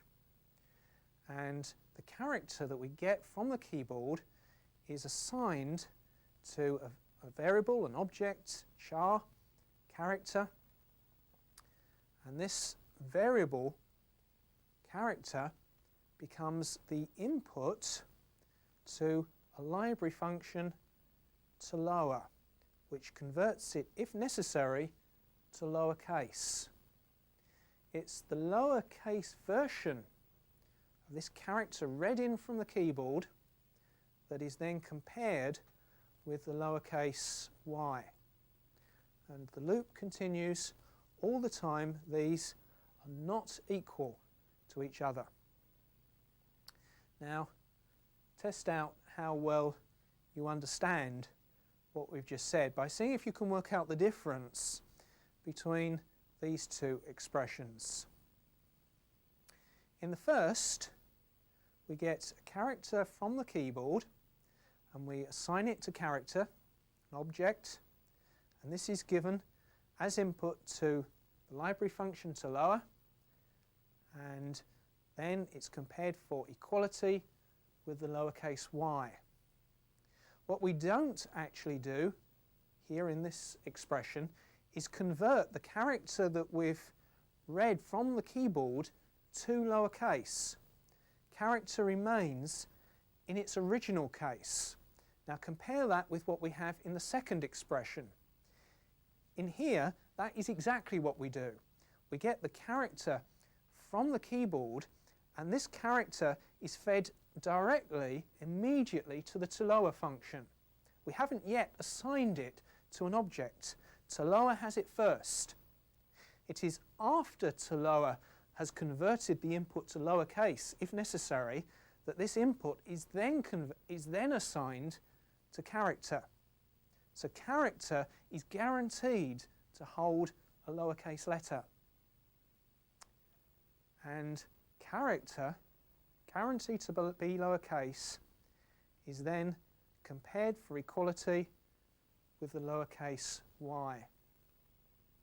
Now, because control expressions can end up being so complicated, we often end up with the situation where there's nothing actually to say in the body of the loop. We end up with an empty loop, which we write like this: just a lone semicolon sitting by itself on the next line. Note that it's good practice, good style, to comment that we intend the empty loop. Please, please don't write this. This is something that should only ever happen by accident. The lone semicolon sitting lost on the end of the while control expression. We don't know when we're reading the code whether we actually intend this or not. And what often happens when we're reading this is to link the next line, whatever's down here, to the while and to misread the code. But of course the next line will not be connected to the while because we have a semicolon here, an empty statement. The second method of iterating is the do-while statement. This has this syntax.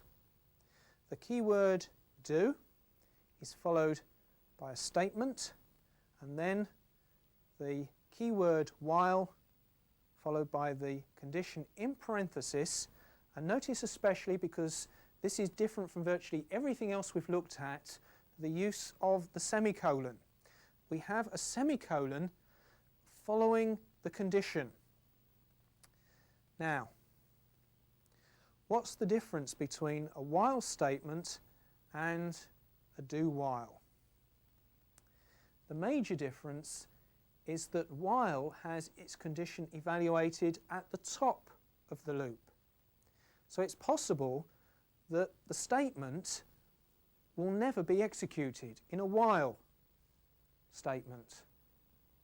If the condition is initially false, we would skip straight down to the next statement in our C source file. On the other hand, the statement in the do-while loop is guaranteed to be executed at least once, because we've already executed it that first time before we actually reach the condition here at the bottom. So if the condition is initially false, we don't find that out until we've already executed the statement that first time. As with the other structures that we've examined, if we want more than one statement to be under the control of the do-while, then we use braces. All of the statements in this block of code come under the control of this one statement. So let's look at an example of a do-while. Here we're getting a character from the keyboard, and we're doing it here. We're getting the character using the getChar function, and what we're attempting to do is to find out whether its value is between A and C. Because we're using Toloa, what we're particularly interested in knowing is whether its value is between a lowercase a and a lowercase c, whether it's lowercase a, b or c. Now notice carefully the control expression here at the bottom of the statement. First of all, we're testing for character less than a. And then we have an operator that we haven't yet met. This is the logical OR operator. So let's have a look at the logical operators, and then perhaps we can understand the statement in the do-while loop. The two logical operators that we want to look at here are the logical AND operator and the logical OR operator. So if we use this particular operator, AND, the expression will be true if both of its operands are also true. If the first is true and the second is true, then the expression as a whole will be deemed to be true. With this operator, the logical OR, the expression will be true if either of its operands are true. So the expression as a whole will be true if either the first or the second of the expressions that are either side of it are true. So let's look again at the example that we've just looked at. We said that the loop will continue while character is either less than A or character is greater than C. That's what we have here, character less than A or character greater than C. Now this code does rely on one important fact that may or may not be true, and that is that the letters A, B and C, the characters are actually, it relies on the fact that these characters are actually coded in sequence. Now that isn't guaranteed by the C language, but assuming it to be the case, the loop will continue all the time a character is entered that is either less than A or is greater than C. If one of these statements is true, the loop continues iterating. We grab another character from the keyboard. So the intention here is that we're looking for either A, B or C to be entered. The only characters, assuming that they're in sequence, for which both of these conditions would be false. It's quite common in loops to have to increment or decrement an object. You remember in our simple while loop that we looked at that each time round the loop we decremented the value of counter. Now, whenever we've done so up till now, we've used code such as this: counter equals counter minus 1. In this example, subtracting 1 from counter. Or, as in this example, adding 1 to counter. But C provides a specific operator to decrement the value of an object by 1 called the decrement operator, and it provides a specific operator to increment the value of an object by 1 called the increment operator. So let's look at these operators. Instead of doing this, counter equals counter plus 1, we can instead replace the code with counter plus plus. Instead of counter equals counter minus 1, we can write counter minus minus. Going back to our while example, instead of writing while counter equals counter minus 1, we can replace the whole of this. We can put all of this into the control expression and write instead while counter minus minus. Much more readable, more legible.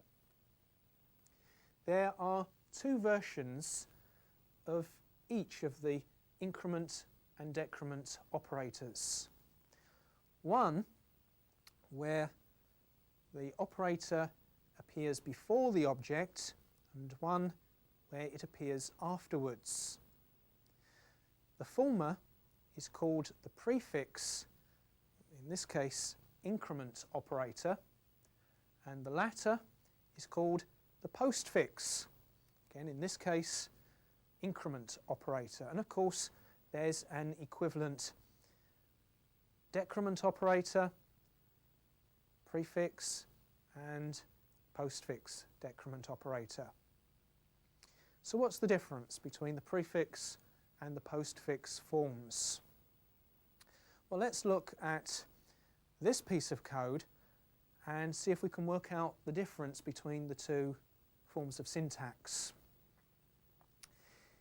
Here we have an integer, y, and another that we've called x, and we've initialized x to the value 0.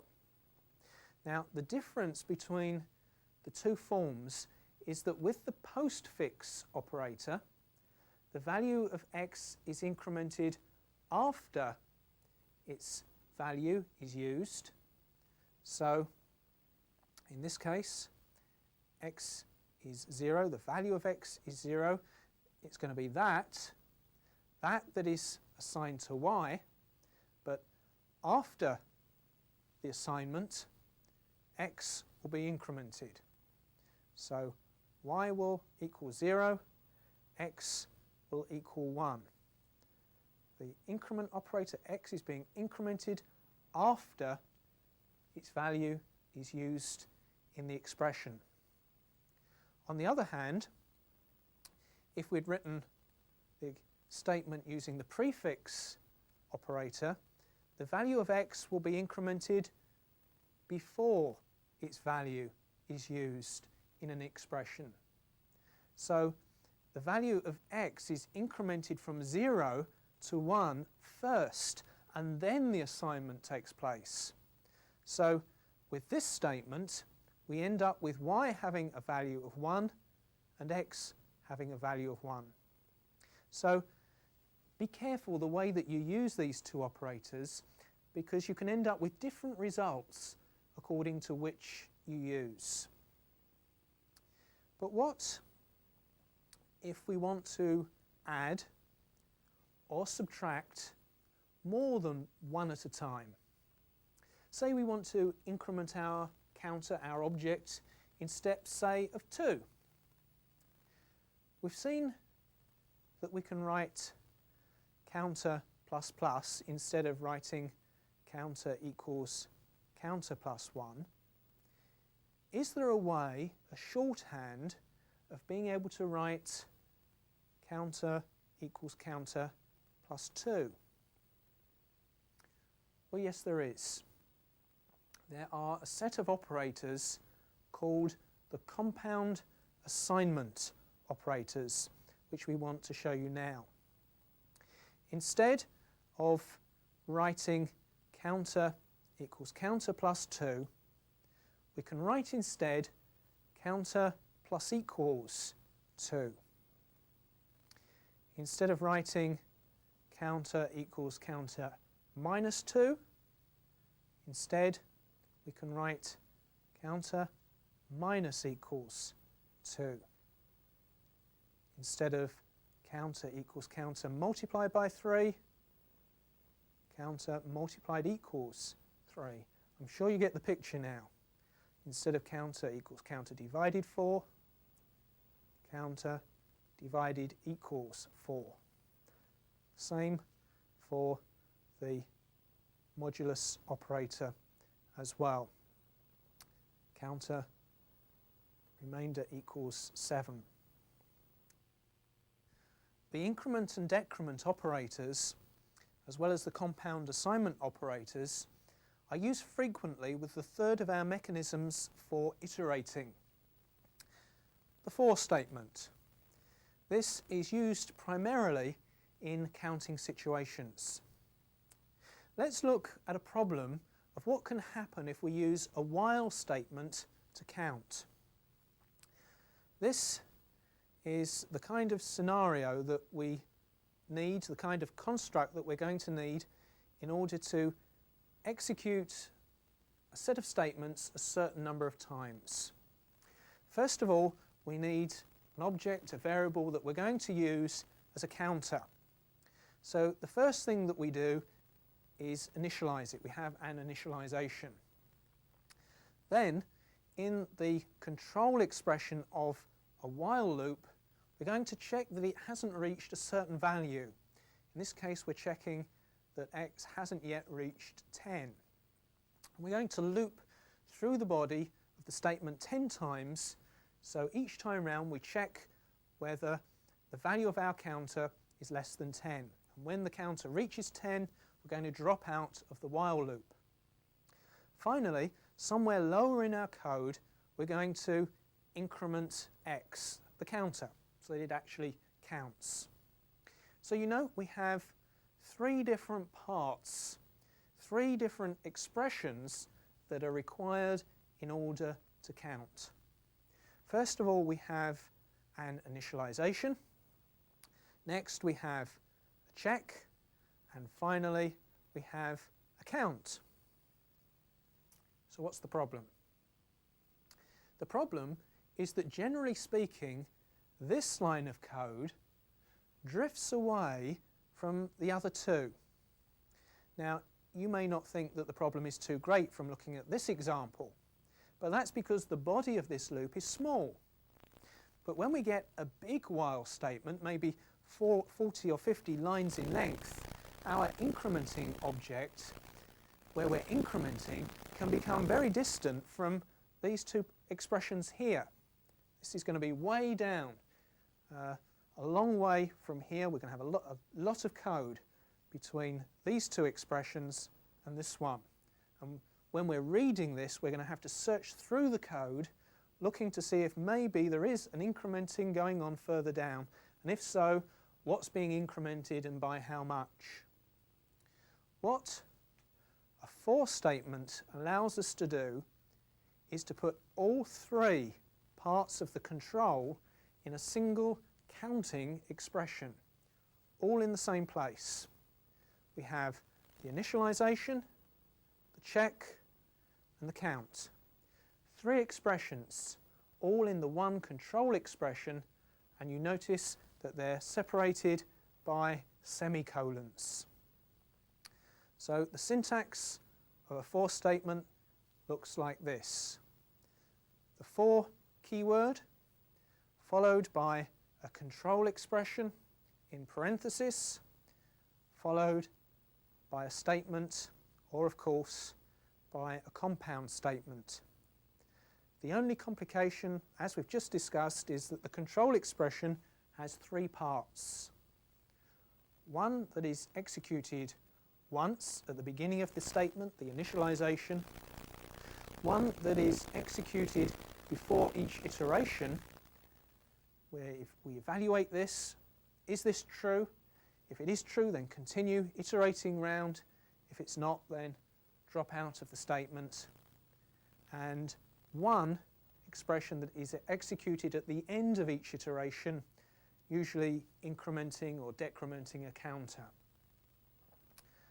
Instead of writing something like this, where we initialize character to a character constant 0, then we have the control expression where we're checking the value of character, is it less than or equal to 9, and then at the bottom we have the increment character plus plus. We can instead write the same code using a for statement. The 3 parts, the 3 expressions, all appear within the control expression of the for statement, separated by semicolons. Character is initialized to 0, the character constant. The second expression is the checking for character to be less than or equal to 9. And finally, character plus plus.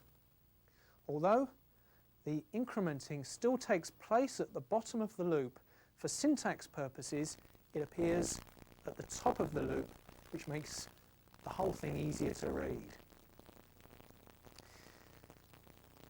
Just to show you that any of the expressions in a for statement can be empty, we'd like to show you this. Obviously, you don't have to do any initialization. So we can leave the first expression empty.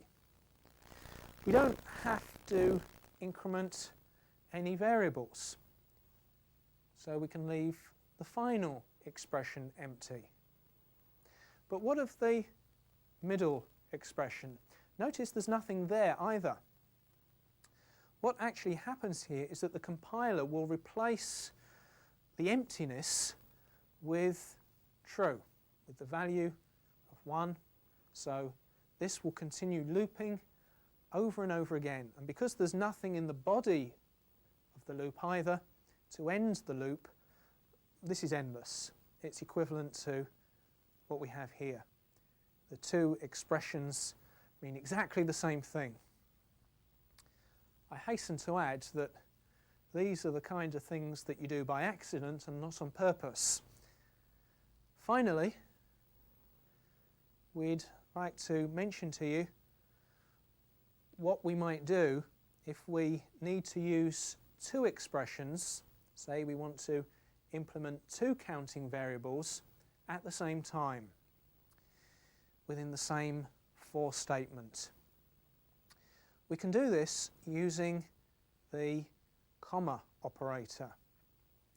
Here, for instance, we're using a comma between 2 expressions. Both statements get executed.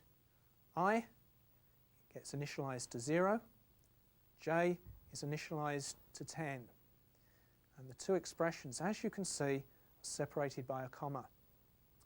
In exactly the same way over here, in the increment part of the control expression, we can both increment I and decrement j, separating the 2 expressions, sub-expressions, with the comma.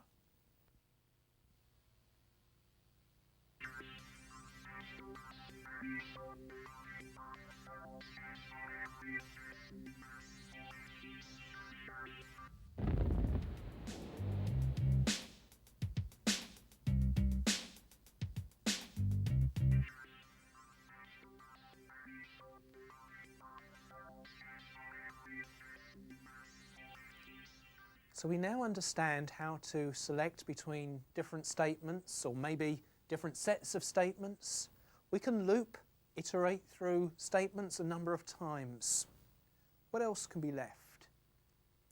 Well, what is left is the most powerful and, because of that, the most dangerous method of altering the flow of a program. The ability to jump arbitrarily from one place to another. C has 4 jump statements, the first being continue. Continue is only used within iterative statements, that is, the while, do while and for statements. Here, continue is used within a for statement. The keyword appears on its own, followed by a semicolon. The effect is to cause a jump to the end of the loop body, to here, immediately before the curly brace. In other words, we skip the rest of this iteration of the loop. So wouldn't it be simpler to say that we go back to the top of the loop? Why this pretense of saying that we go to the bottom? Because we obviously jump from there straight back to the top.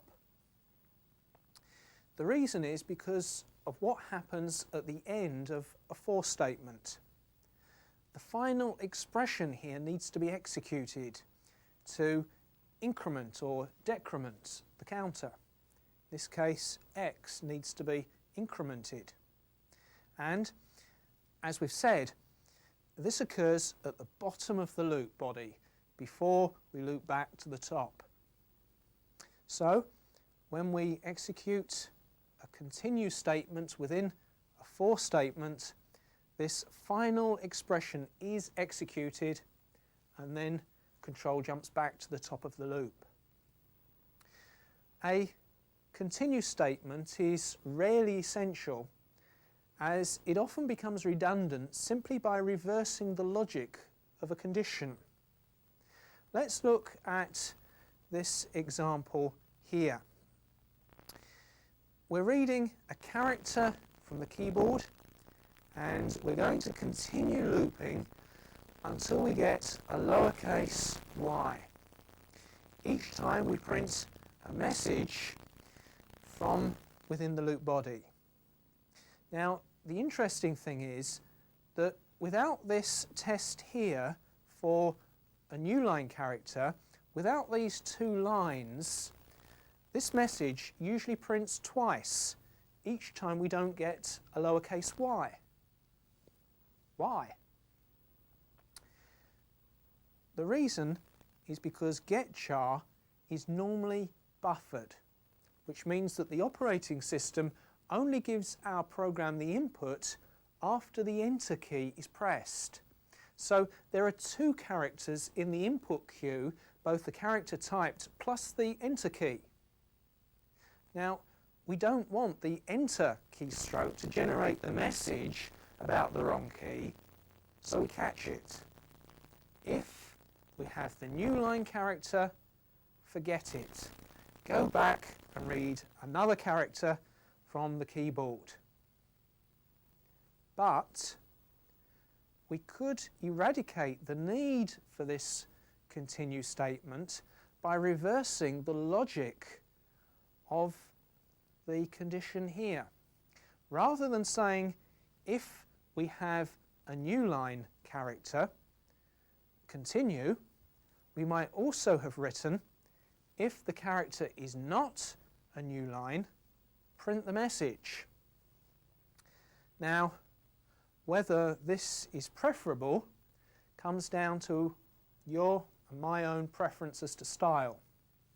This probably makes more sense when the loop is small, but you notice the downside is this extra level of indentation. Everything beyond this point is going to be indented 1 extra step. So in a long loop, you may prefer to use continue rather than suffer this extra indentation. The second jump statement is break. We've already met break in the context of the switch statement. It can also be used in iterative statements, but it cannot be used in an if or an if-else. You can't break out of either of these.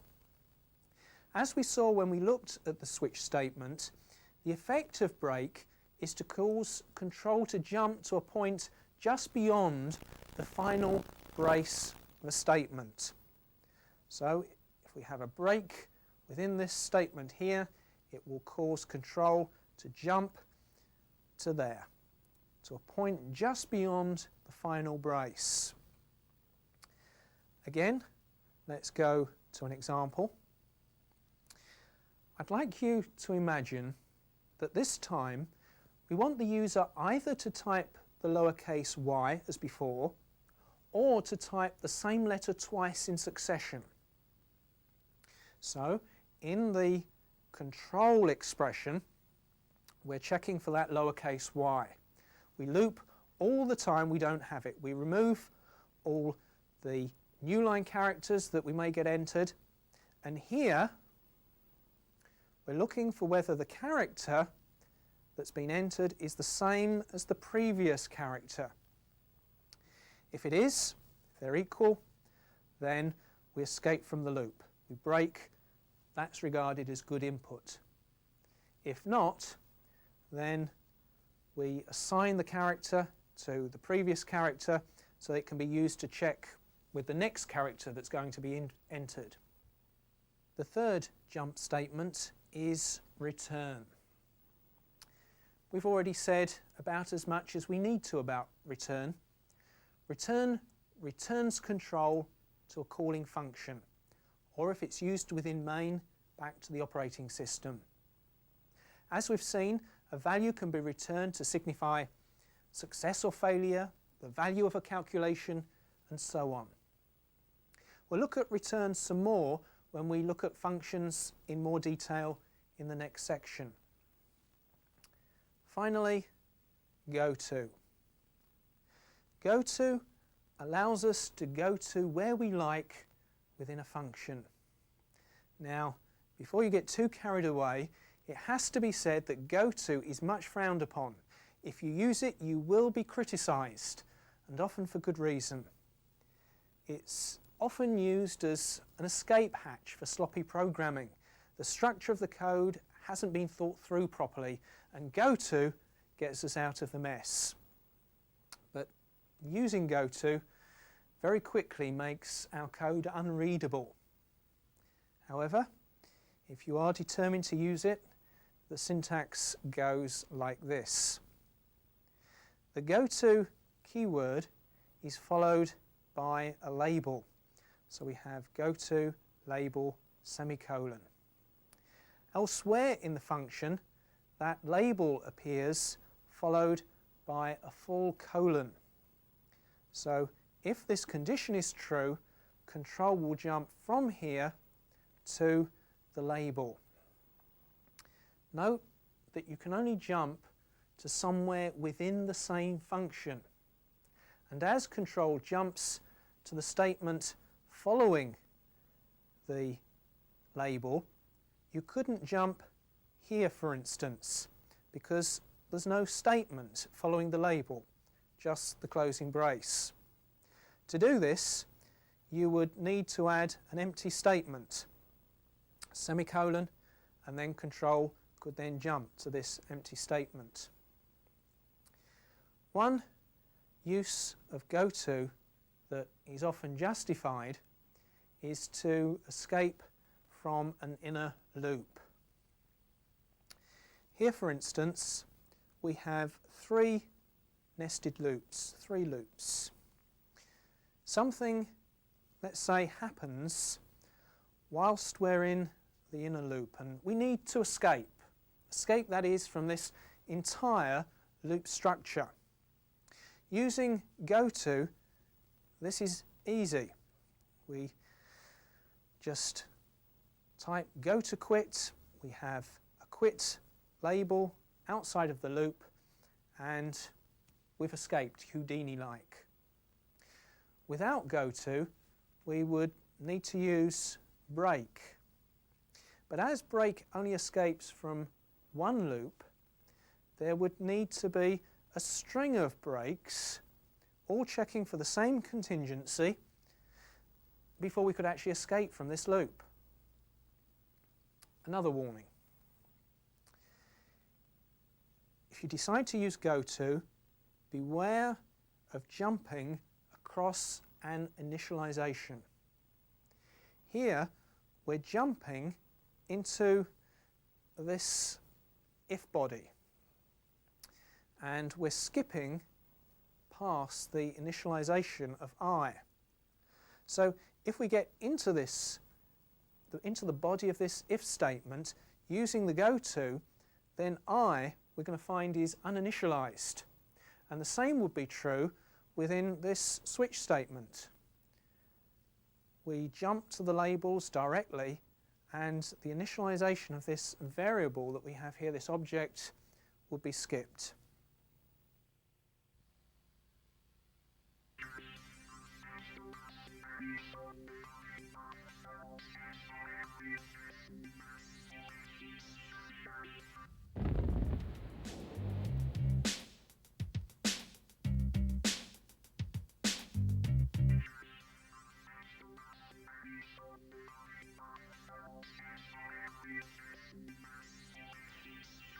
As the final subject of this opening section, we want to persuade you, if you need persuading, of the usefulness of your library reference. This is a manual that will have been supplied with your compiler, and in many ways it's the equivalent of the dictionary in a spoken language. It's the tool, more than anything else, that will increase your productivity, the kind of C programs that you'll be able to write. Just as a dictionary contains a list of words arranged alphabetically, a library reference contains a list of functions, usually also arranged alphabetically.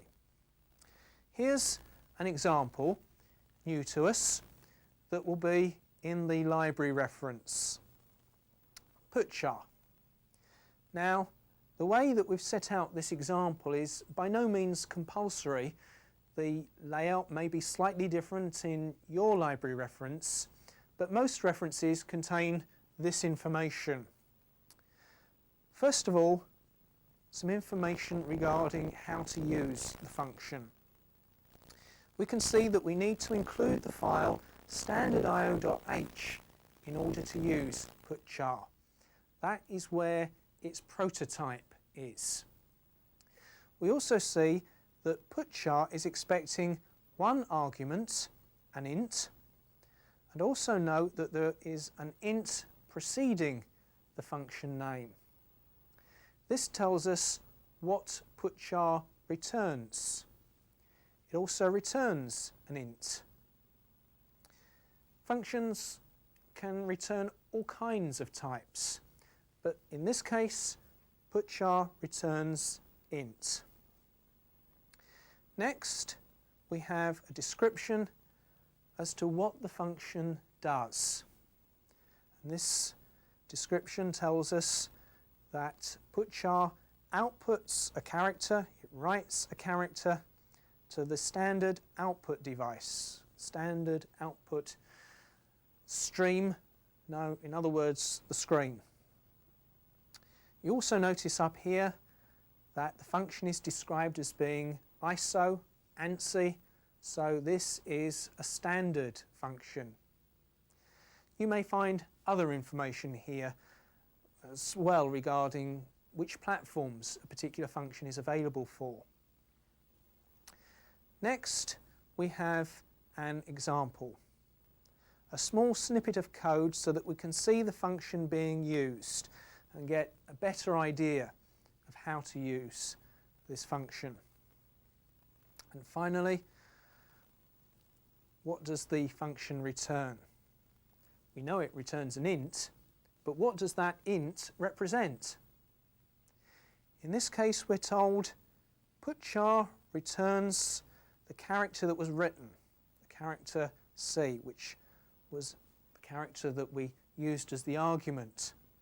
Or it says a symbol EOF, which is something that is also included in standardio.h, if there was an error. Thumb through your library reference. Look at the way it's laid out. Of course, there are going to be things that you see there that you won't yet understand. We've, in just looking at putchar, no doubt spoken about one or two things that we haven't discussed in detail yet. Not to worry. We'll get to all of that later. For the moment, we want to get you in the habit of turning to your library reference for information. Which header do I need? What does this return? All of this information is contained in here. In the workbook, we'll be introducing you to functions and making you find out about those functions by using your library reference. The art of being a good C programmer is not necessarily knowing every function by heart. There are many of them, but being able to get at that information quickly. That is what we'll be training you to do by getting you to use a library reference. Okay, so this big book that you have in front of you is your library reference. One of the things that we're going to look at is how to find out which header file is associated with a particular function. So the function I want you to look for is a function called POW. So good, you're looking, it's in alphabetical order. Now, at the beginning, can you see the header file? Yes, maths.h. Good. So immediately we find out that in order to use this particular function, POW, then we need to include math.h in order to include its prototype. Have a look at a function floor.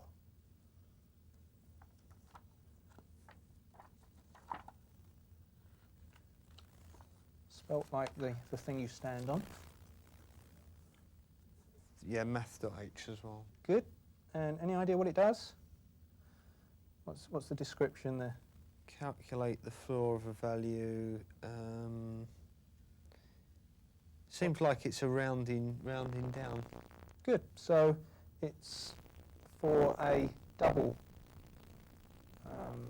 value that it will round it down to the integer below.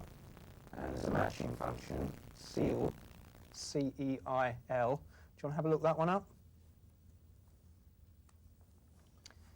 So if that's the floor, the ceiling must be rounding up, that's yeah? it.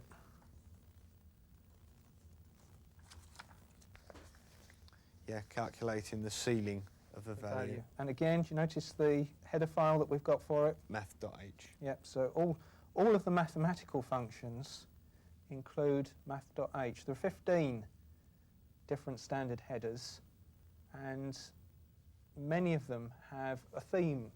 Standard IO includes all the standard input-output functions. Math.h includes all the mathematical functions, and so forth. String.h, all the string functions. So we can quickly get an idea of the header that we're going to need. But if we're in doubt, we go to the library reference, and that tells us for sure.